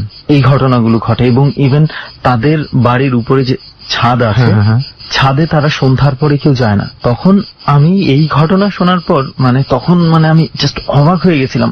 দূর থেকে এই বাড়িটা দেখে এই ধরনের কোনো কিছু চিন্তা করাকে অবাস্তব মনে হবে, অথচ এই ঘটনা ঘটছে। এক্স্যাক্টলি। ডর মানে ভয়।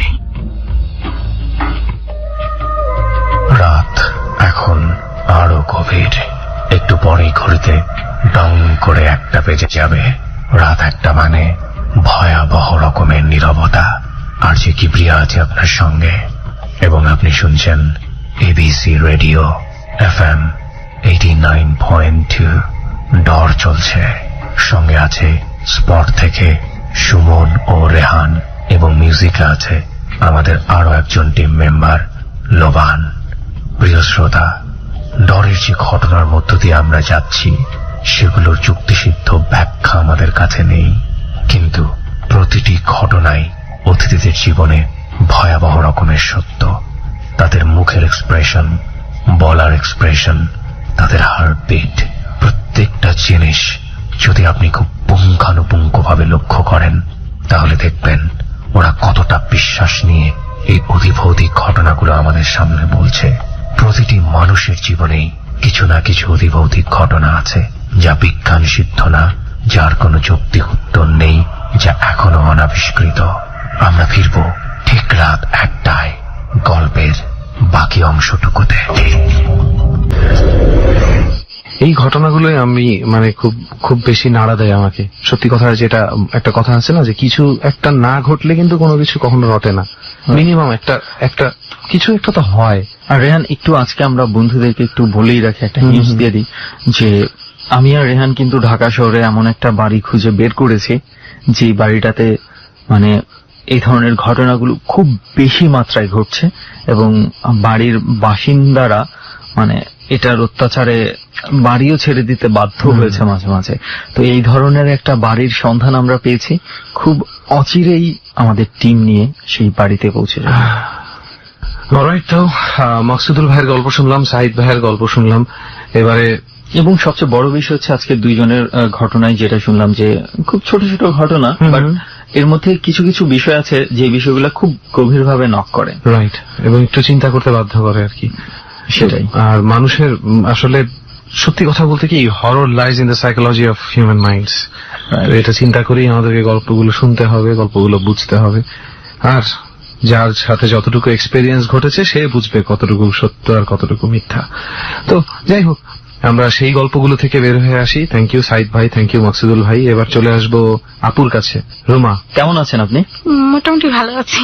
ওয়েল, আমরা আসলে আমার মনে হয় we should get into the story. তো রুমা, আপনার জার্নি সম্বন্ধে একটু বলেন, আপনার সম্বন্ধে একটু বলেন। আর প্রথমে একটু কিভাবে পরিচয়টা জানি আপনার, আপনি কি করছেন, কি নাম, কোথায় থাকেন? আমার নাম রুমা, আমি ইন্টার ফার্স্ট ইয়ারে পড়ি, আর আমার গ্রামের বাড়ি ঠাকুরগাঁও। বর্তমানে ঢাকায় থাকছেন? হ্যাঁ, বর্তমানে ঢাকায় থাকি। এই ধরনের ভৌতিক জিনিসের সঙ্গে আপনার প্রথম ইন্ট্রোডাকশনটা কিভাবে, আপনার লাইফে প্রথম অদ্ভুত কিছু ঘটা শুরু হলো কবে? প্রথমে আসলে যখন আমি বেবিতে পড়ি, আমাদের এলাকায় একজন মহিলা ছিল, খুবই কালো, অদ্ভুত টাইপের, মানে ভূত ভূত চেহারা মনে হয়। হ্যাঁ, উনার চেহারাটা আসলে যে অন্ধকারে কেউ দেখে অলরেডি ভয় পেয়ে যাবে। উনার মধ্যে কিছু মানে অদ্ভুত ধরনের জিনিস দেখা যায়। উনি কি জাদু টোনা টাইপের কিছু করতেন বা এই ধরনের কিছুর সাথে জড়িত ছিলেন? হ্যাঁ, এইগুলা উনি করে, কারণ উনার পাশেই একজন মাহাত থাকে, তো উনি এগুলোর সাথে জড়িত, বিভিন্ন ছেলেদেরকে কবজ করে। তো ওখান থেকে কিভাবে আপনার প্রথম ভয়ের হলো উনাকে দেখে? উনি আসলে এমনিতে দেখতাম, ভয় হতো রাতের বেলা দেখলে, বাট একদিন রাতে আমি একা শুয়ে আছি, তো তখন রাত 3টা 3:30 হবে। তো ওই মহিলা কি কারণে আমাদের ঘরের পেছনে জানলা দিয়ে মানে মুখটা ঢুকাই দেওয়ার কারণে এত বিশ্রী দেখা যাচ্ছিল, আমি এত ভয় পাই চিৎকার করি। তো তারপরে মহিলা এখান থেকে চলে যায়, উনার পেছনে অনেকে ছুটতে থাকে কিন্তু উনার দেখা পায় না।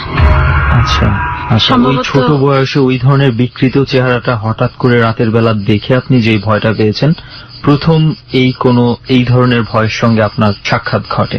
হ্যাঁ, আমাদের ডট টিমের কাছে যেটা শুনেছিলাম, আপনার হচ্ছে খালার এখানে কিছু একটা ঘটেছিল আপনার লাইফে, হ্যাঁ। সেটা কি ছিল? আসলে আমার খালার বাড়িটা এমন একটা জায়গায়, এক পাশে গোরস্থান, এক পাশে শ্মশান কালী মন্দির, যেখানে লাশ পোড়ানো হয় হিন্দুদের। তো দুটোই অনেক বড় বড় জায়গা, পুরাতন, আর পেছনে নদী আছে, তো সেখানে অনেক বড় বড় পুরাতন দিনের গাছও আছে। তো একদিন আমি খুব একটা প্রয়োজনে খালার বাসায় হয়তো রাতে আমাকে যেতে হয়েছে, তো সেখানে যাওয়ার পথে পেছনের দিকে একটা অনেক বড় গাছ হঠাৎ করে মনে হচ্ছে মানে ভেঙে পড়ে গেছে।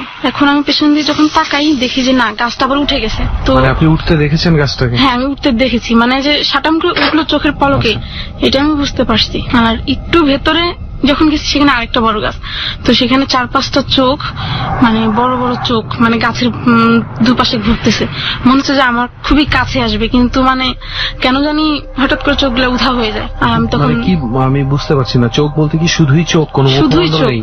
মুখমণ্ডল নেই, শুধু বৃষ্টি বৃষ্টি কেমন রক্ত মাখা কালো চোখ, দুটো মানে কালো কালো মনি, আচ্ছা, রক্তাক্ত, এইভাবে তাকায় আছে। আর তখন আমি গান শুরু করে দিই।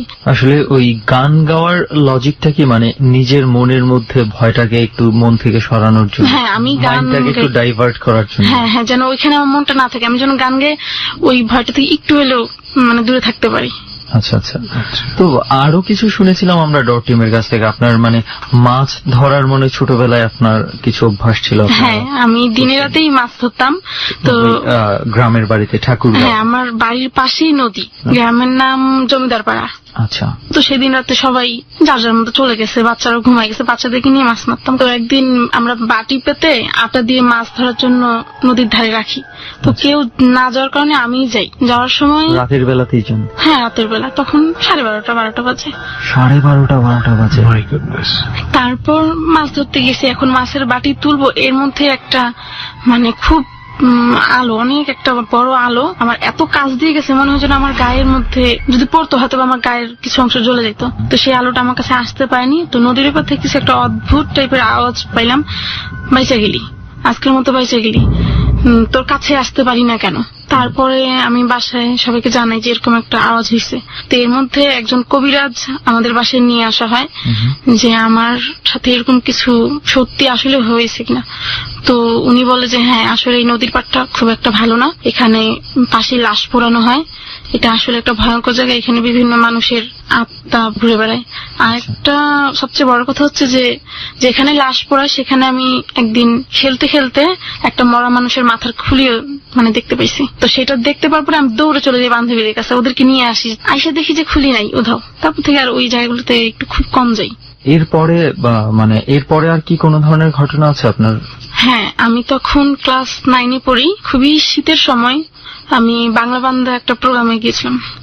তো সেখান থেকে অনেক রাত হয়ে গেছে, তো মামা বললো তোকে একটু আগে দিয়ে, আমি বলছি লাগবে না, আমি ভয় পাই না, আমি একা যেতে পারবো। আর কয়টা বাজে আনুমানিক তখন? তখন 1:30-2টা বাজে। রাত 1:30-2টা বাজে? হ্যাঁ, আমি একটু খুব সাহসী টাইপের, ছেলেদেরকেও ভয় পাই না বা যে কাউকে ভয় পাই না। মানে আপনাকে আমি যতটুকু কথা শুনে মনে হচ্ছে যে মানে হ্যাঁ, আমি আসলে কি রাস্তাঘাটে যে কোনো ছেলে পেলেরাই আমার সামনে কোনো দুষ্টামি করার সাহস পেত না, কারণ আমি যে জায়গায় থাকতাম সেই জায়গায় মানে সব মানে বড় বড় মানে বাদর ছেলে যেগুলোকে বলা হয়, একটু মানে সাহসী বা মারামারি করে বেশিরভাগ যারা। তো এমন একটা জায়গায় থাকতাম সবাই খুব সিরিয়াস মোমেন্টের ছেলে পেলে। আচ্ছা আচ্ছা। তো এখানে থাকতাম, তো সবার মধ্যে বড় হয়েছি, তো ভয় জিনিসটা মানে ছেলেদেরকে ভয় করে চলবো এই জিনিসটা আমার মধ্যে ছিল না। আচ্ছা। তো এটা একটা ব্যাপার যে রাত 2টায় একটা মেয়ে একা একা যাবে, হুম হুম হুম। তো এটা নিয়ে আমার কোনো তেমন মাথা ব্যথা ছিল না যে এরকম কোনো সমস্যা হবে। তো সেদিন রাতে রাস্তায় কাউকে দেখিনি, জেলখানায় একজন তারকা দাঁড়িয়েছিল, তো উনি জিজ্ঞেস করলো এত রাতে কোথা থেকে আসছো। আমি বললাম আমি একটা প্রোগ্রামে গেছিলাম, তো সেখানে কাগজপত্র দেখালাম যে এই যে এই প্রোগ্রামে গেছিলাম। ওকে ঠিক আছে যান, আর একা একা যায় না, এই জায়গাটা ভালো না। জেলখানার আশেপাশে একটা জঙ্গল আছে, কারণ নদী, জেলখানার পাশেও নদী, টোটালি আমরা যে এলাকাটা থাকি তার চারপাশেই নদী। সেখানে যাচ্ছি তো হঠাৎ করে অনেক বড় একটা গাছের ডাল, সেখানে মনে হচ্ছে সাদা পোশাক পরা কোনো একটা লোক ফাঁসি দিয়ে দাঁড়ায় আছে, আর নিচে একটা মরা গরু সাদা শুয়ে আছে। আচ্ছা। তো মানে এটা দেখে এখন আমি দৌড় দিব না সামনে যাব না জিজ্ঞেস করবো, আমি কিছু বুঝতে পারিনি। আমি ভাবছি নিশ্চয়ই আমার সাথে কোনো ভৌতিক ঘটনা ঘটতেছে, বা হয়তো এখন আমার। আপনি কি অবস্থায় দেখলেন? কোন একটা লাশ কি ফাঁসি দেওয়া অবস্থায় ঝুলছে হ্যাঁ, কোনো একটা গাছের লাশ। সঙ্গে, হ্যাঁ গাছের ডালের সঙ্গে। হ্যাঁ, তো এটা দেখে আমি এত ভয় পেয়ে যাই। দেখতে অনেক লম্বা, হাতের আঙ্গুলগুলো দেখা গেছে অনেক লম্বা লম্বা লম্বা। পুরুষ ছিল না মহিলা ছিল? সম্ভবত পুরুষ, মানে পুরুষদের সম্ভবত যেরকম আকৃতি হয়ে থাকে সেরকমই, কিন্তু আমি ক্লিয়ার ভাবে বলতে পারবো না সে পুরুষ ছিল না মহিলা ছিল। আচ্ছা। উনার চেহারাটা মানে পায়ের আঙ্গুল আর হাতের আঙ্গুল সম্পূর্ণই কালো ছিল, আর মানে চোখ দুটো দেখা যাচ্ছিল, সমস্ত কিছুই সাদা ছিল, আর নিচে একটা মরা গরু। তো আমি লাশটা, গরুটা দেখছি ঠিক আছে, ভয় পাইনি। প্রথমে গরু দেখছি নিচে, আমি ভাবি এখানে আশেপাশে গরু বেড়ায়, কিন্তু যখনই আমি লাশটা দেখি আমার খুবই মানে ভয় পাইছি। তো 2-3 মিনিট পরে আবার প্রায় দেখছি কিছু নেই, তখন আমি মানে আবার একটু মানে গান গাই, নিজে নিজে গান গাইতে আবার তখন তাড়াতাড়ি করে প্রচুর তাড়াতাড়ি হাঁটে চলে যাই। তারপর বাসায় পৌঁছায়, ওদিন আমার খুবই খারাপ গেছে। বাসায় যাই, তারপরে আম্মুকে বলছি এই ঘটনা। আম্মু তখন লোহা পুড়ে পানিতে স্যাক দিয়ে খাওয়াইছে, কয়টা খেলে নাকি ভয় দূর হয়। এরপরে আপনি আর কোনো ধরনের অসুস্থ বা এই ধরনের কোনো কিছু হয়ে যাননি? কারণ আমরা যেটা নর্মালি দেখে থাকি যে এই ধরনের ঘটনাগুলো ঘটার পরে কারো ম্যাক্সিমামের কাছ থেকে শুনছি যে তারা জ্বরে পড়ে যাচ্ছে, তাদের জ্বর আসতেছে বা কিছু ধরনের শারীরিক হ্যাঁ, এটা হয়েছে আমার সাথে। গোরস্থানের পাশে যখন যাই দেখি। গোরস্থানে কেন গিয়েছিলেন? আসলে গোরস্থানে যাওয়াটা ভালো লাগা ছিল। আচ্ছা। গোরস্থানে হয়তোবা আমি সালাম দিতাম যাই সবসময়, এটা আমার একটা অভ্যাস ছিল। ছোটবেলা সবাই বলতো যে গোরস্থানে কবরে সালাম দিতে হয়। তো গোরস্থানের পাশে একটা উঁচু জায়গা আছে, সেখানে আমি প্রায় হাঁটতে বের হইতাম। গোরস্থানের ভিতরে ছোট ছোট রাস্তা আছে, ভেঙে পড়া অনেকগুলো কবরও আছে। গোরস্থানটা কি আপনাদের বাড়ির আশেপাশেই? হ্যাঁ, বেশি বললাম, আমাদের বাড়ির পাশে শ্মশান এবং গোরস্থান পাশাপাশি, একই প্রাচীরে শ্মশান এবং গোরস্থান। তারপরে ওই দিন কি আপনি গোরস্থানে একাই গিয়েছিলেন? আমি একাই সেদিন গোরস্থানে গেছিলাম। তো তখন দিন 12টা হবে। আচ্ছা, দুপুর বেলা। তো যেই জায়গাটা গেছি সেটা আবার শ্মশানেরও একটা অংশ, কারণ ওখানে কোনো কবরও নাই, কোনো শ্মশানের একটু জায়গা, কারণ যেহেতু পাশাপাশি। তো সেখানে আমি আশেপাশে ঘুরতে ঘুরতে এক সময় শ্মশানের খুব কাছাকাছি চলে যাই। এমন সময় পা রাখতেছি, দেখি পায়ের নিচে ছোট একটা লাল ফুল ফুটে গেছে। ভাবলাম হয়তো বা পায়ের নিচে ছিল, সেই জন্য আমি দেখতে পাইনি। তো সামনে তো আমি ক্লিয়ার দেখতেছি যে আমি যখনই পা দিচ্ছি তখনই মানে লাল ফুল ফুটতেছে ছোট ছোট, আর পায়ের মধ্যে একটা কেমন শিরশিরি অনুভূতি হচ্ছে আমার। এটা দেখার মানে এটা যখন আমার পায়ে হচ্ছে, আমি সারা শরীর আমার একদম অবশ হয়ে যাচ্ছে, মনে হচ্ছে আমি পড়ে যাচ্ছি এখানে। কোনো মতো নিজেকে সামলাই নিয়ে সেখান থেকে আমি যেভাবে চলে যাই। এরপরে কি আর কোনো ধরনের কোনো কিছু এক্সপেরিয়েন্স আপনার হয়েছে? না, এরপর থেকে ওই কবিরাজ আমাকে অনেক কিছু মানে আমাকে অনেক কিছুই বলছে, অনেক কিছু আমার মধ্যে উনি মানে ঝাড়ানো যেটা বলে গ্রামে, মানে কারোর উপরে যদি কিছু আসর করে তার গায়ে ঝাড়ান দিলেই চলে যায়। তো আমার রাশিও অনেক কড়া, তো সেই কারণে হয়তো তার আমার কোনো ক্ষতি করতে পারে না। অন্য কেউ যদি হয়তো অন্য কোনো রাশির হয়তো অনেক ক্ষতি করতে পারতো। তো সেদিক দিয়ে আমি তেমন কোনো ক্ষতিগ্রস্ত এখনো হইনি। কি রাশি আপনার? আমার রাশি মেষ। ওকে। তারপরে আমি ঠাকুরগাঁও থেকে ঢাকায় চলে আসি পড়ালেখার কারণে। তো ঢাকায় আমি থাকি মোটামুটি, এমনকি মাঝে মাঝে বাসায় যাওয়া আসা করি। তো এবার রোজার ঈদের পরে আমি বাসায় ফিরছিলাম। আমি ঈদে বাসায় যেতে পারিনি যে কোনো একটা সমস্যার কারণে। তো আমি ঈদের পরেই বাসায় যাওয়ার জন্য টিকিট করি। তো রাত 9টা বাজে গাড়িতে উঠলাম। ঢাকা থেকে ঠাকুরগাঁওর উদ্দেশ্যে রওনা দিয়েছেন, গাড়ি হচ্ছে রাত 9টায় ছেড়েছে? হ্যাঁ, গাড়ি রাত 9টায় ছাড়ার পরে বেশ ভালো। একাই যাচ্ছিলেন? হ্যাঁ, আমি একা যাচ্ছিলাম, আর আমার পাশে একজন ভদ্রলোক ছিল, বয়স্ক একজন লোক ছিল। আচ্ছা। তো আমি যাওয়ার পথে বেশ ভালোই লাগতেছিল, কোনো জ্যাম ছিল না তখন। তো আমরা ব্রিজ পার হইলাম। ব্রিজ কোন পার, ব্রিজ? যমুনা সেতু, মানে উত্তরবঙ্গ যেতেই যে ব্রিজটা পড়ে, এটা পার হওয়ার পরে আমার ঘুম চলে আসে, মানে একটা ঘুম ঘুম ভাব। যদিও আমার কখনো ঘুম হয় না, বাট একটা ঘুম ঘুম ভাব আসে। আচ্ছা, হয় অনেকে গাড়িতে উঠলে একটা ঘুম ঘুম ভাব কাজ হ্যাঁ, করে। তো আমি এবার জানালা খুলে দেই, কারণ আমার একটু গাড়িতে উঠলে সমস্যা হয়। আচ্ছা, জানালা খুলে দিয়ে বাহিরের দিকে তাকায় থাকি। তো তখন আমি বেশ দূরেই চলে যাই, রাত 12টা হবে।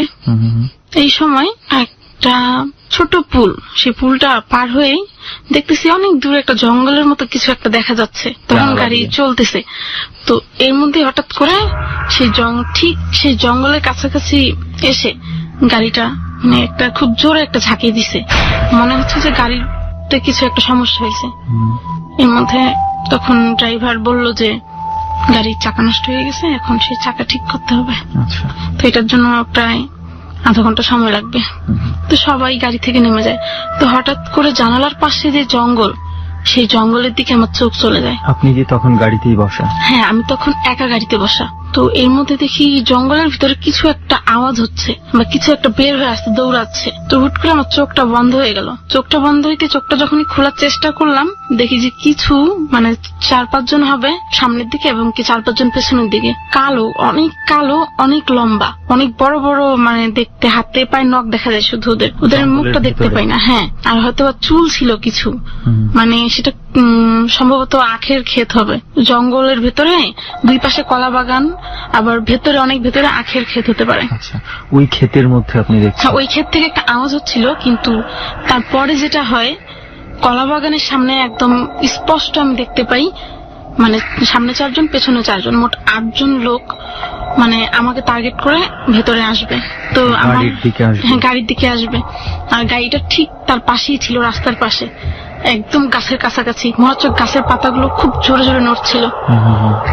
তো এর মধ্যেই জানালার ভেতর দিয়ে ওরা সবাই হাত পা মানে দিয়ে দেয়, হাত পা দিয়ে সবাই আমার কাছে চলে আসে। তো এরপরে আমি এত চিৎকার করি, ওরা কেউ হয়তো আমার নাক চিপে ধরছে, কেউ মুখ চিপে ধরছে, কেউ আমার হাত পা বেঁধে রাখছে। এখন এই অবস্থায় মানে আমি এখন বলতে গেলে আমার মানে নিঃশ্বাস আটকে যাচ্ছে, কারণ ওরা যেভাবে আমাকে দম বন্ধ করে ধরছে, আমি নিঃশ্বাস নিতে পারছিলাম না। মানে এত কষ্ট হচ্ছে আমার নিঃশ্বাস নিতে, আমি এত চিৎকার করতেছি, বাট আমার চিৎকার কেউ শুনতেছে না। বাহিরে সবাই আছে, কিন্তু আমি ওই সময় কেউ আমার চোখে ভাসতেছে না, শুধু ওই 8 জন ছাড়া। মনে হচ্ছে গাড়ির সব যাত্রীগুলো ওদের মতো হয়ে গেছে, মানে গাড়িতে সবাই বসা আছে, বাট ওই যে ভূতগুলো দেখছি আমি, ওদের মতো সব যাত্রীগুলো, ওগুলো ছাড়া গাড়িতে ড্রাইভারের দিকে তাকায় দেখি ড্রাইভারও ওরকম, সবাই ওরকম হয়ে গেছে।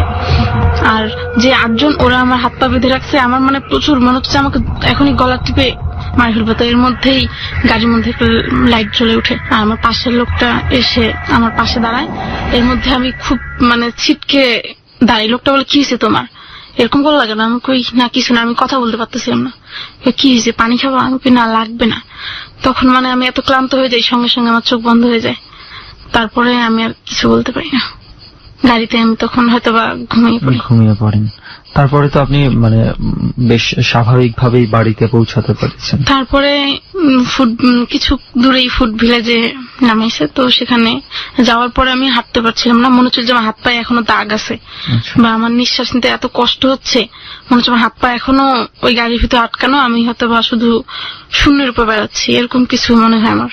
আচ্ছা, হ্যাঁ, আমি মনে হচ্ছে আমার হাতে ওরা যে আঙ্গুলগুলো, নখের আঁচড়গুলো মনে হচ্ছে আমার হাতে পায়ে আছে, আর গলার মধ্যে মনে হচ্ছে যে এখনো কোনো একটা কিছু আমার গলায় বাঁধা আছে, আমি কথা বলতে পারছিলাম না। তো এরপরে আর বাকি রাস্তা যেতে আর কোনো ধরনের কোনো প্রবলেম হয়েছে? বাকি রাস্তা তখন আর যেতে প্রবলেম হয়নি, কারণ আমার পাশের লোকটা, উনি আমার সাথে কথা বলছিল, যিনি ছিল, ওনাকে বললাম যে আঙ্কেল আমার তো খুব খারাপ লাগতেছে। উনি আমার সাথে কথা বলতেছিল, আর উনি আমার যথেষ্ট সাপোর্ট দিছে। আমি বলছি আমি একটু ভয় পাইছি। হ্যাঁ, ইনফ্যাক্ট আপনার যে গাড়ির ঘটনাটা, মানে আমার ছোট্ট, মানে আমি জানি না এটা আমার তেমন কোনো ঘটনা নেই, তবে আমি জানি না সবার ক্ষেত্রে এটা হয় কিনা। আমি একবার ট্রেনে করে আমি সিলেটে যাচ্ছিলাম। সিলেটে যারা গেছেন, ট্রেনে করে যারা গেছে, হয়তোবা আপনার হয়তোবা যাওয়া আছে কিনা আমি জানি না, সেখানে কিছু রাস্তা আছে মানে বেশ গভীর জঙ্গলের ভেতর দিয়ে ট্রেনটা যায়, দিনের বেলাও যেখানে খুব নীরব থাকে। তো রাতের বেলা ওই জানালা দিয়ে ওই বাইরের দৃশ্যগুলো দেখলে আমার ভয় করতো। আমার মনে হচ্ছে যে কিছু একটা আমাকে ফলো করে জানালার সাথে সাথে আসছে, গাড়ির সাথে সাথে আসছে, ট্রেনের সাথে সাথে যাচ্ছে। তো আমি রাতের বেলা বিশেষ করে এখনো বাসে কিংবা ট্রেনে ভ্রমণ করার সময় খুব বেশি সময় বাইরে তাকিয়ে থাকতে পারে না, আমার ভেতরে একটা অস্বস্তি কাজ করে। আচ্ছা, এরপরে আপনার যে ঘটনা আমি শুনেছিলাম আমাদের ডর টিমের কাছ থেকে, কক্সবাজারে হয়তোবা আপনার কোনো কিছু একটা প্রবলেম হয়েছিল, কি ছিল ঘটনাটা? এটা আসলে আমি কক্সবাজারে যাওয়ার কোনো কথা ছিল না। তো ঠাকুরগাঁয়ে একটা টিম আছে, জাপান থেকে তারা আসছে, তার বিভিন্ন জায়গায় তাদের প্রজেক্ট আছে, সেখানে তারা পরিদর্শন করে। তো ওদের সাথে ওদের প্রোগ্রামে আমি গান গেছিলাম। তো ওরা আমাকে খুবই স্নেহ করে। ওরা বললো যে তুমি কি আমাদের সাথে মানে যাবে কক্সবাজারে? আমি কই, যদিও উৎসাহ লাগতেছিল যাবো, কিন্তু মানে মনটা টানতেছিল না। তারপরে ওরা সবাই রিকোয়েস্ট করলো যে চলো, ভালো লাগবে, সবাই গান গেতে গেতে। তারপরে ভাবলাম যে না, কখনো তো যাওয়া হয়নি, যাই আসি, ভালো লাগবে। আমরা ঢাকা থেকে সকাল 6টার দিকে আমাদের গাড়ি ছাড়ছে। যখন একদম খুবই কাছাকাছি চলে গেছি কক্সবাজারে, তখন একটা অনেক বড় একটা উঁচু জায়গা আছে, ওইখান থেকে সমুদ্রের এত সুন্দর রূপ, যেটা মানে আমি কল্পনা করতে পারিনি, এত ভালো লাগছে। তো তারপরে সবাই আমরা সেখানে একটু নামে সমুদ্রের পানিতে হাত পা ভেজালাম। তারপরে আমরা সেখান থেকে সবাই গেস্ট হাউসে চলে গেলাম। সেখানে প্রথম দিন রাতে সবাই খুব ভালো মতোই থাকলাম। আমার সাথে আরো 2টা আপু ছিল, অন্যরাও ছিল। ওদের কক্সবাজারের একটা টিম আছে, ওরা ওদের জায়গায় থাকতো, আর ওই 2টা আপু আর আমি একসাথে থাকতাম। তো ওরা হয়তো বা আমার সাথে বিকেল বেলা ঘুরতে বের হতো বিভিন্ন জায়গায়, কিন্তু সারাদিন আমি বাসায় একা থাকতাম, হয়তো বা টিভি দেখে আমাকে সময় কাটাতে হতো। তো একদিন আমি সোফায় বসে আছি, তো মনে হচ্ছে সোফার পেছনে কোন একটা কেউ আসলো, আসার পরে ধাক্কা দিছে, এত জোরে ধাক্কা দিছে মনে হচ্ছে আমি পড়ে গেলাম। সঙ্গে সঙ্গে সোফায় ধরে আমি নেমে যাই রুমের ভেতরে। আমার হ্যাঁ, দরজা লাগানো, লাইট অফ, টিভি চালু আছে, বসে বসে টিভি দেখছেন। তো তারপরে আমি ভাবলাম হয়তো বা এটা সোফার ব্যালেন্সের কারণে এরকম হচ্ছে, কিন্তু এটা তো এর আগেও তো আমরা বসছি, প্রথম দিনও তো বসছি বা ওদের সাথে বসছি, এরকম হয়নি। তো হলো হয়তো বা এটা আমার ভুল ধারণা।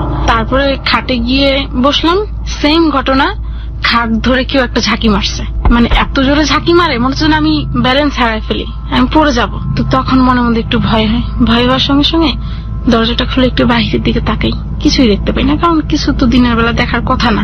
আবার রুমে লাইটটা দিয়ে টিভি দেখতে থাকি। এর মধ্যেই জানালার মধ্যে হয়তো কেউ একটা কিছু ঢিল ছুটছে, কিন্তু আমরা যেই ফ্লোরে ছিলাম তার আশেপাশে কোনো লোকজন থাকে না, বড় বড় গাছ, ওখানে নারিকেল গাছ সম্ভবত, আর একটা অনেক বড় আম গাছ। তো সেখান থেকে একটা অচমকা একটা ঢিল ছুড়ে, তো সেটাতে জানলায় খুব জোরে একটা শব্দ হয়। আমি যখন তাকাই দেখি কিছু নাই, তবে কিছু একটা লাল হালকা জানালার কাচের মধ্যে লেগে আছে, লাল ধরনের। তো এটা দেখে আরো ভয় লাগে, কারণ এইটা কোথা থেকে আসলো, এটা তো এখানে আসার কথা না। তারপরে লাল তাজা তাজা মনে হচ্ছে, কিন্তু জানালাটার পাশে তুমি হাত দিতে পারছি না, কারণ জানালার বাহিরে, আর জানালাটা খোলা আমার পক্ষে সম্ভব না। ওই জানালা, হ্যাঁ, কিন্তু ওই জানালা কেউ কোনোদিন খুলছে কিনা তাও সন্দেহ, কারণ ওই জানালাটা আমিও খুলতে পারিনি, আমরা 3-4 জন মিলে জানালা খুলছি, আর তারপরে এই ঘটনাগুলো হয়েছে। মনে হয় না ওইখানে যে গেস্টরা কখনো থাকতে যায় তারা হয়তো বা কখনো জানালাই খোলে না।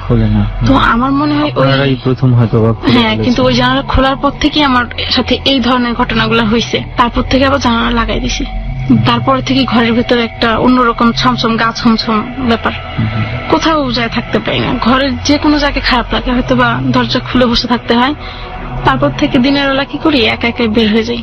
রাতেও এরকম মনে হয়, শুয়ে থাকি, হঠাৎ করে চমকে উঠি, মনে হচ্ছে মাথার কাছে কেউ এসে দাঁড়ায় আছে। সবগুলোই ঘটেছে ওই জানালাটা খোলার পর? হ্যাঁ, জানালাটা খোলার পর থেকে এই সবকিছু স্বাভাবিক ছিল। হ্যাঁ, প্রথম দিন স্বাভাবিক ছিল, আমরা সুন্দর মতোই সবাই ছিলাম। এরপরে সেখানে আরেকদিন রাতে মানে শুয়ে আছি, ঘুমাইনি, তো কোনো একটা আওয়াজ হলো, কান্নার আওয়াজ, কিন্তু সেখানে কান্না করার মতো আশেপাশে কেউ ছিল না। তো আমি সঙ্গে সঙ্গে বের হইলাম, যে দেখি তো কে কান্না করে। তো ওই সময় ওরা 2জন রুমে ছিল না, একটু বাহিরে গেছিল। তো দেখি যে না, আশেপাশে তো কেউ নেই, কিন্তু এরকম একটা কান্নার মতো আওয়াজ কোথা থেকে আসলো।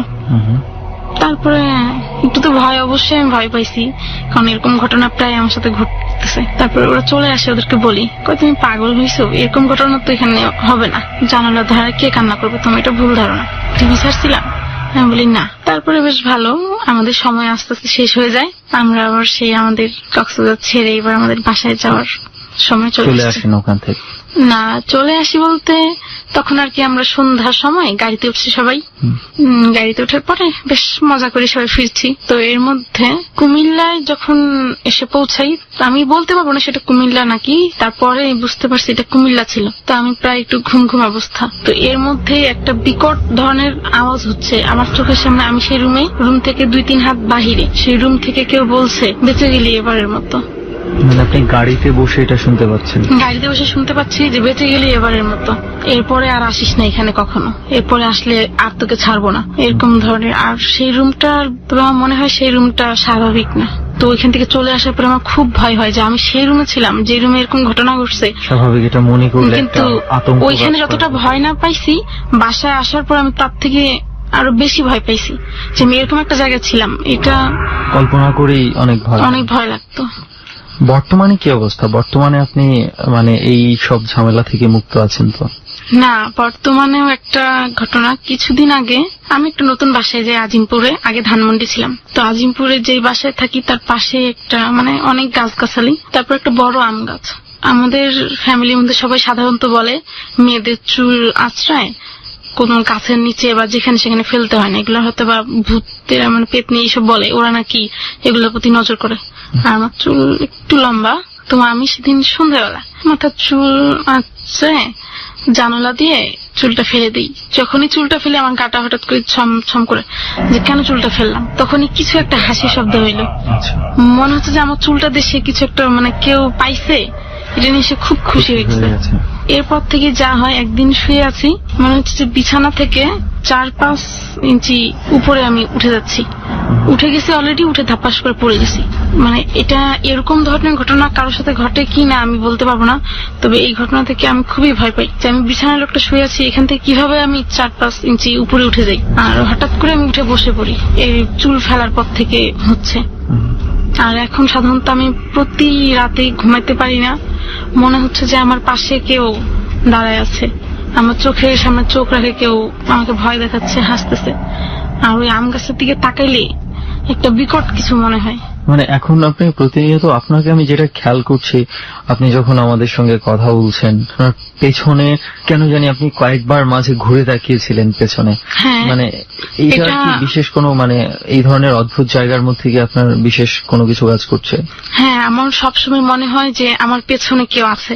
আচ্ছা, কাল রাতেও আমি ঘুমোতে পারিনি, মানে রাত 3:30 পর্যন্ত জেগেছিলাম। সারা রাত আমি মোবাইলের আলো জ্বালায় বসেছিলাম, ঘুমাতে পারিনি কালকে, এত ভয় লাগছিল। এই ভয়গুলো আপনার মনের মধ্যে তাড়া করে এখন? মানে আমি সবসময় দেয়ালের সাথে মাথা মানে ঠেকাই রাখি যেন আমার পেছনে কোনো ফাঁকা জায়গা না থাকে কেউ দাঁড়ানোর। আমার পেছনে যদি কোনো ফাঁকা জায়গা থাকে, মনে সেটা খুব অন্ধকার জায়গায়, আমার পেছনে কেউ আছে, কেউ আমার চোখ বন্ধ করতেছে, কেউ আমার গলা টিপে ধরতেছে, বা কেউ আমার মাথায় মানে করছে। আর আমি চুল ছাড়লেও আমার একটা অদ্ভুত ধরনের মনে হয়, আমি চুল ছাড়ে শুই, মনে হচ্ছে আমার চুল কেউ ধরে টানতেছে।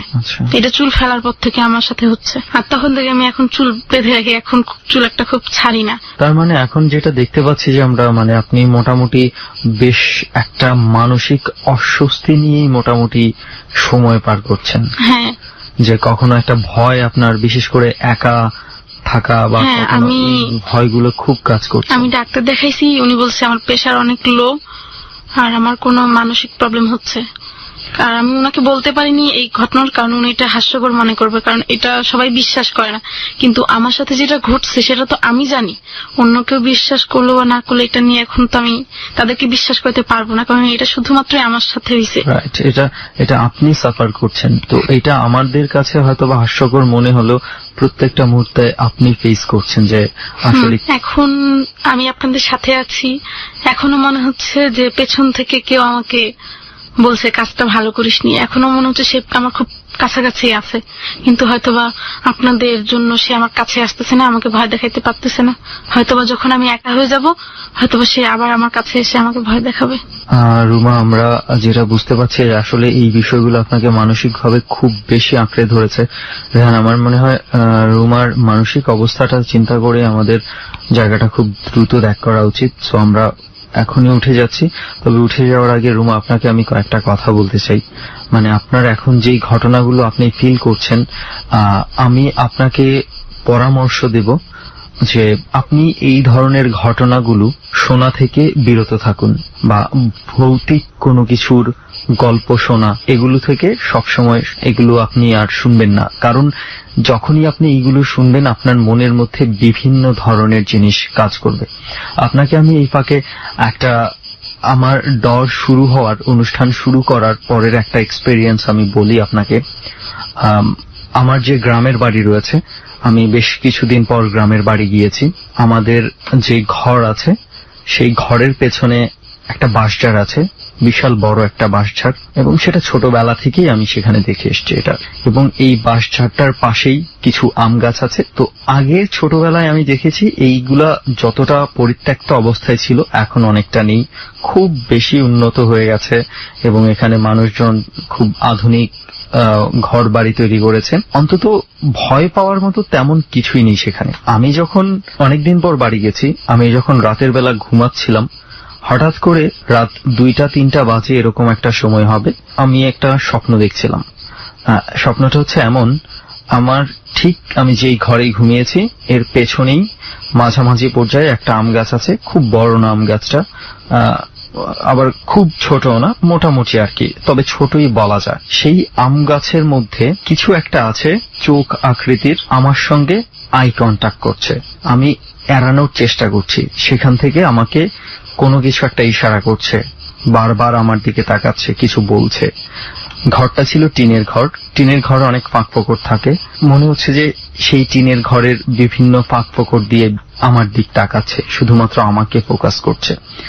আমি সিরিয়াসলি অনেক ভয় পেয়েছি। আমার মনে হচ্ছে যে যখনই আমার ঘুমটা ভেঙেছে আমি ব্যাপক ভয় পেয়ে গেছি। কিন্তু আসলে এই ঘটনাটা যদি কাউকে বলি আমার নিজের কাছে নিজেকে মনে হবে আমি এত ভয় পাই, আমি এত ভীতু। সেজন্য আমি খুব মনের সাহস সঞ্চার করে জাস্ট আমি ঘুমিয়ে পড়েছি। মোবাইলটাতে দেখলাম কয়টা বাজে টাইম, আমি ঘুমিয়ে পড়লাম, যে আমি যা দেখেছি স্বপ্ন দেখছি, সেভাবে চিন্তা করে আমি ঘুমিয়ে পড়ার চেষ্টা করলাম এবং ঘুমিয়ে গেলাম। পরের দিন সকালবেলা ঘুম থেকে যখন উঠলাম, বিষয়টা আমার মাথার মধ্যে তখনও কাজ করছে, যে দুটা চোখ আমাকে ফলো করছে ওই আম গাছটা থেকে। হঠাৎ করে আমার মনে হলো যে আমি আর ওই জানালা খুলিনি, আমি ভয় হচ্ছিল আমার। তো একবার ভাবলাম যে এখান থেকে যেহেতু আমি এই ভয়টা পাচ্ছি, আমি আপনার সঙ্গে গল্পটা শেয়ার করছি, বাট আমি এখনো একটু একটু ভয় পাচ্ছি। আমি একবার চিন্তা করলাম এই ভয়টাকে আমার মুখোমুখি হতে হবে, আমি দেখবো যে এখানে কি আদৌ কিছু আছে। হঠাৎ আমার মনে হলো আরে ওখানে তো আম গাছই নেই, আমি তো স্বপ্নে দেখেছি। মানে আমি একটু রিল্যাক্স হয়ে গেলাম, আমার কাছে খুব ভালো লাগছিল তখন, যে মানে একদম মনে হচ্ছে যে খুব হালকা লাগছিল, ওখানে তো আম গাছই নেই। তারপরে একটু কেন কি মনে করে যেন আমি জানালাটা খুললাম পেছনে। জানালাটা খুলে অবাক বিষয় হলো ঠিক সেই জায়গায় সেই আম গাছটা, সেই শেপের আম গাছ, ওই আকৃতির আম গাছ, এবং ঠিক আমি স্বপ্নে যেরকম দেখেছিলাম ঠিক ওরকম শেপে ওইখানে এই আম গাছটা আছে। ওটা দেখার পর আমি সত্যি ভয় পেয়েছিলাম, কিন্তু তারপরও আমি মানে খুব মানসিকভাবে নিজেকে বোঝানোর চেষ্টা করেছি যে আমি এখন ডর অনুষ্ঠানের সঙ্গে আছি, আমি ডর অনুষ্ঠান করছি, আমি প্রতিদিন প্রতি সপ্তাহে বিভিন্ন জায়গায় যাচ্ছি, বিভিন্ন ধরনের মানুষজনের কথা বলছি, কথা শুনছি। তো আমার মাথার মধ্যে সবসময় এই জিনিসগুলো কাজ করে বিধায় হয়তোবা আমি এই ধরনের জিনিস দেখতে পাচ্ছি, বাট আমি কিন্তু ভয় সত্যি পেয়েছি। তো আপনার ক্ষেত্রে একটা পরামর্শ থাকবে যে আপনি এই বিষয়গুলো থেকে মাথায় এই বিষয়গুলোকে কম জায়গা দেন, এই বিষয়গুলো নিয়ে কম ভাবেন। আই থিঙ্ক আপনার জন্য খুব ভালো হবে। এইসব ঘটনা থেকে একদম নিজেকে কনসেন্ট্রেশনটা একদম সরিয়ে ফেলুন, এই ঘটনাগুলো আর শুনবেনই না, তাহলে আপনার জন্য ভালো হতে পারে। হ্যাঁ দোস্ত, তুই ঠিকই বলছিস। আসলে এইসব ব্যাপার নিয়ে এই ধরনের যদি মনের জোর যদি এভাবে একটু কমই থাকে, সেই ক্ষেত্রে আমার মনে হয় ঘাটাঘাটি না করাই উচিত। আবার অনেক অন্যান্য ল আছে, যেমন অনেকের স্পাইডার ফোবিয়া থাকে। বিদেশে নাকি এক ধরনের চিকিৎসা করে আমেরিকানরা, যে তাদের গায়ের উপরে স্পাইডার ছেড়ে দেওয়া হয়, যেখান থেকে তার পুরোপুরি ভয় চলে যায়। এখন জানি না কার জন্য কি প্রযোজ্য, বিকজ উই আর নট সাইকিয়াট্রিস্টস, আমরা কোন রকম কোনো সাজেশন দেব না। বাই দ্য ওয়ে, এতক্ষণ ধরে আমরা এখানে বসে আছি, এখানে গল্প করছি, এখানে গল্প শুনছি, সবসময় ডর টিমের সাথে আমরা কোনো না কোনো একটা হন্টেড প্লেসে যাই। তো আজকে এই প্লেসটা কেন হন্টেড সেটা কিন্তু দোষ এখনো বলা হয়নি। আসলে আমরা তো ভুলেই গেছিলাম যে এই কথাটা বলতে। কাইন্ড অফ ভুলে গিয়েছিলাম, because we were haunted by the haunted place অনেকটা। যাই হোক, তো এখানের মূল ঘটনাটা হচ্ছে যে আমরা স্পেশালি আজকে কেরানীগঞ্জের যেই জায়গাটাতে আছি, সেই জায়গাটা মূলত ড্রাইভারদের জন্য একটা ফিয়ারফুল প্লেস। অনেক ড্রাইভার, অনেকের সাথে আমরা কথা বলে শুনেছি যে তারা এই জায়গাটায় এসে পথ হারিয়ে ফেলে, এই জায়গাটায় এসে অনেককে দেখতে পায়, বিভিন্ন লোক তাদের কাছে বিভিন্ন ভাবে লিফট চায়, দিতে গিয়ে তারা অনেক রকম বিপদে পড়েছে। এবং যেমনটা আমরা আজকে নিজেরা প্রমাণ যে এখানে আসার পরে এখন পর্যন্ত কিন্তু কোনো গাড়িকে এই জায়গাটাতে থামতে দেখিনি, বরঞ্চ দেখেছি যে স্পিড বাড়িয়ে এই জায়গাটা থেকে সরে যেতে। এবং আমরা কয়েকবার আসার সময় কিন্তু চেষ্টা করেছিলাম যে Right. একটু ট্রাই করে দেখার জন্য যে আসলেই সাহায্যের জন্য গাড়ি থামায় কিনা। কেউ থামায়নি, কেউ থামায়নি। ইনফ্যাক্ট কেউ আসতে চায় না এই জায়গাটার নাম করলে, এর পেছনে বা এর সামনে নামিয়ে দিতে সবাই রাজি। এবং আরো একটা প্রশ্ন কিন্তু এখানে রেহান রেজ করছে, মানে আই থিঙ্ক অনেকের মধ্যেই এটা প্রশ্নটা তৈরি হয়েছে যে আমরা এক্স্যাক্ট কোন জায়গাটাতে আছি এটা জানতে চাচ্ছি। আই থিঙ্ক সুমন, কিন্তু আমরা যেটা আগে ডিসিশন নিয়েছি, দোস্ত, আমরা আমরা আগেই ডিসিশন নিয়েছি যে এটা আমরা কেন বলছি না। এরই মধ্যে ডট যারা শোনেন তারা নিশ্চয়ই বুঝে গেছে যে আমরা Right. কেন বলছি না সেটা। স্পেশালি আমরা যখন এমন কোন প্লেসে যাই যে জায়গাটা হয় চিটাগাং, না হলে কক্সবাজার অথবা ঢাকা শহরে খুব কমন বা আশেপাশে পৌঁছে যাওয়া খুব সহজ, সেই ক্ষেত্রে আমরা জায়গাগুলোকে স্পেসিফাই করি না, রাইট? আমার মনে হয় তো সেই জন্যই আজকে আমরা স্পেসিফাই করছি না। বাট ইট ইজ বাংলাদেশ, এবং বাংলাদেশের ভেতরে, ঢাকার ভেতরেই আছি, যেখানে যে কোনো সময় আপনি যদি ভাগ্য খারাপ থাকে তাহলে হয়তো বিপদে পড়ে জেনে যাবেন আমরা কোথায় ছিলাম। রাইট। রেহান, আমার মনে হয় যে রুমার যে অবস্থা দেখতে পাচ্ছি, মানে ওনার যে অস্থিরতা, আই থিঙ্ক আমাদের খুব দ্রুত এই জায়গাটা লিভ করা উচিত। রাইট, অস্থিরতা জিনিসটা অনেকটা হাসির মতোই সংক্রামক, এটা আমাদের মধ্যেও কিছুক্ষণের মধ্যেই ভর করবে, খুবই জানা কথা। তাহলে Let's চল move. উঠি আজকের মতো। হ্যাঁ। ডর মানে ভয়। আজকের মতো শেষ হয়ে গেল ডর।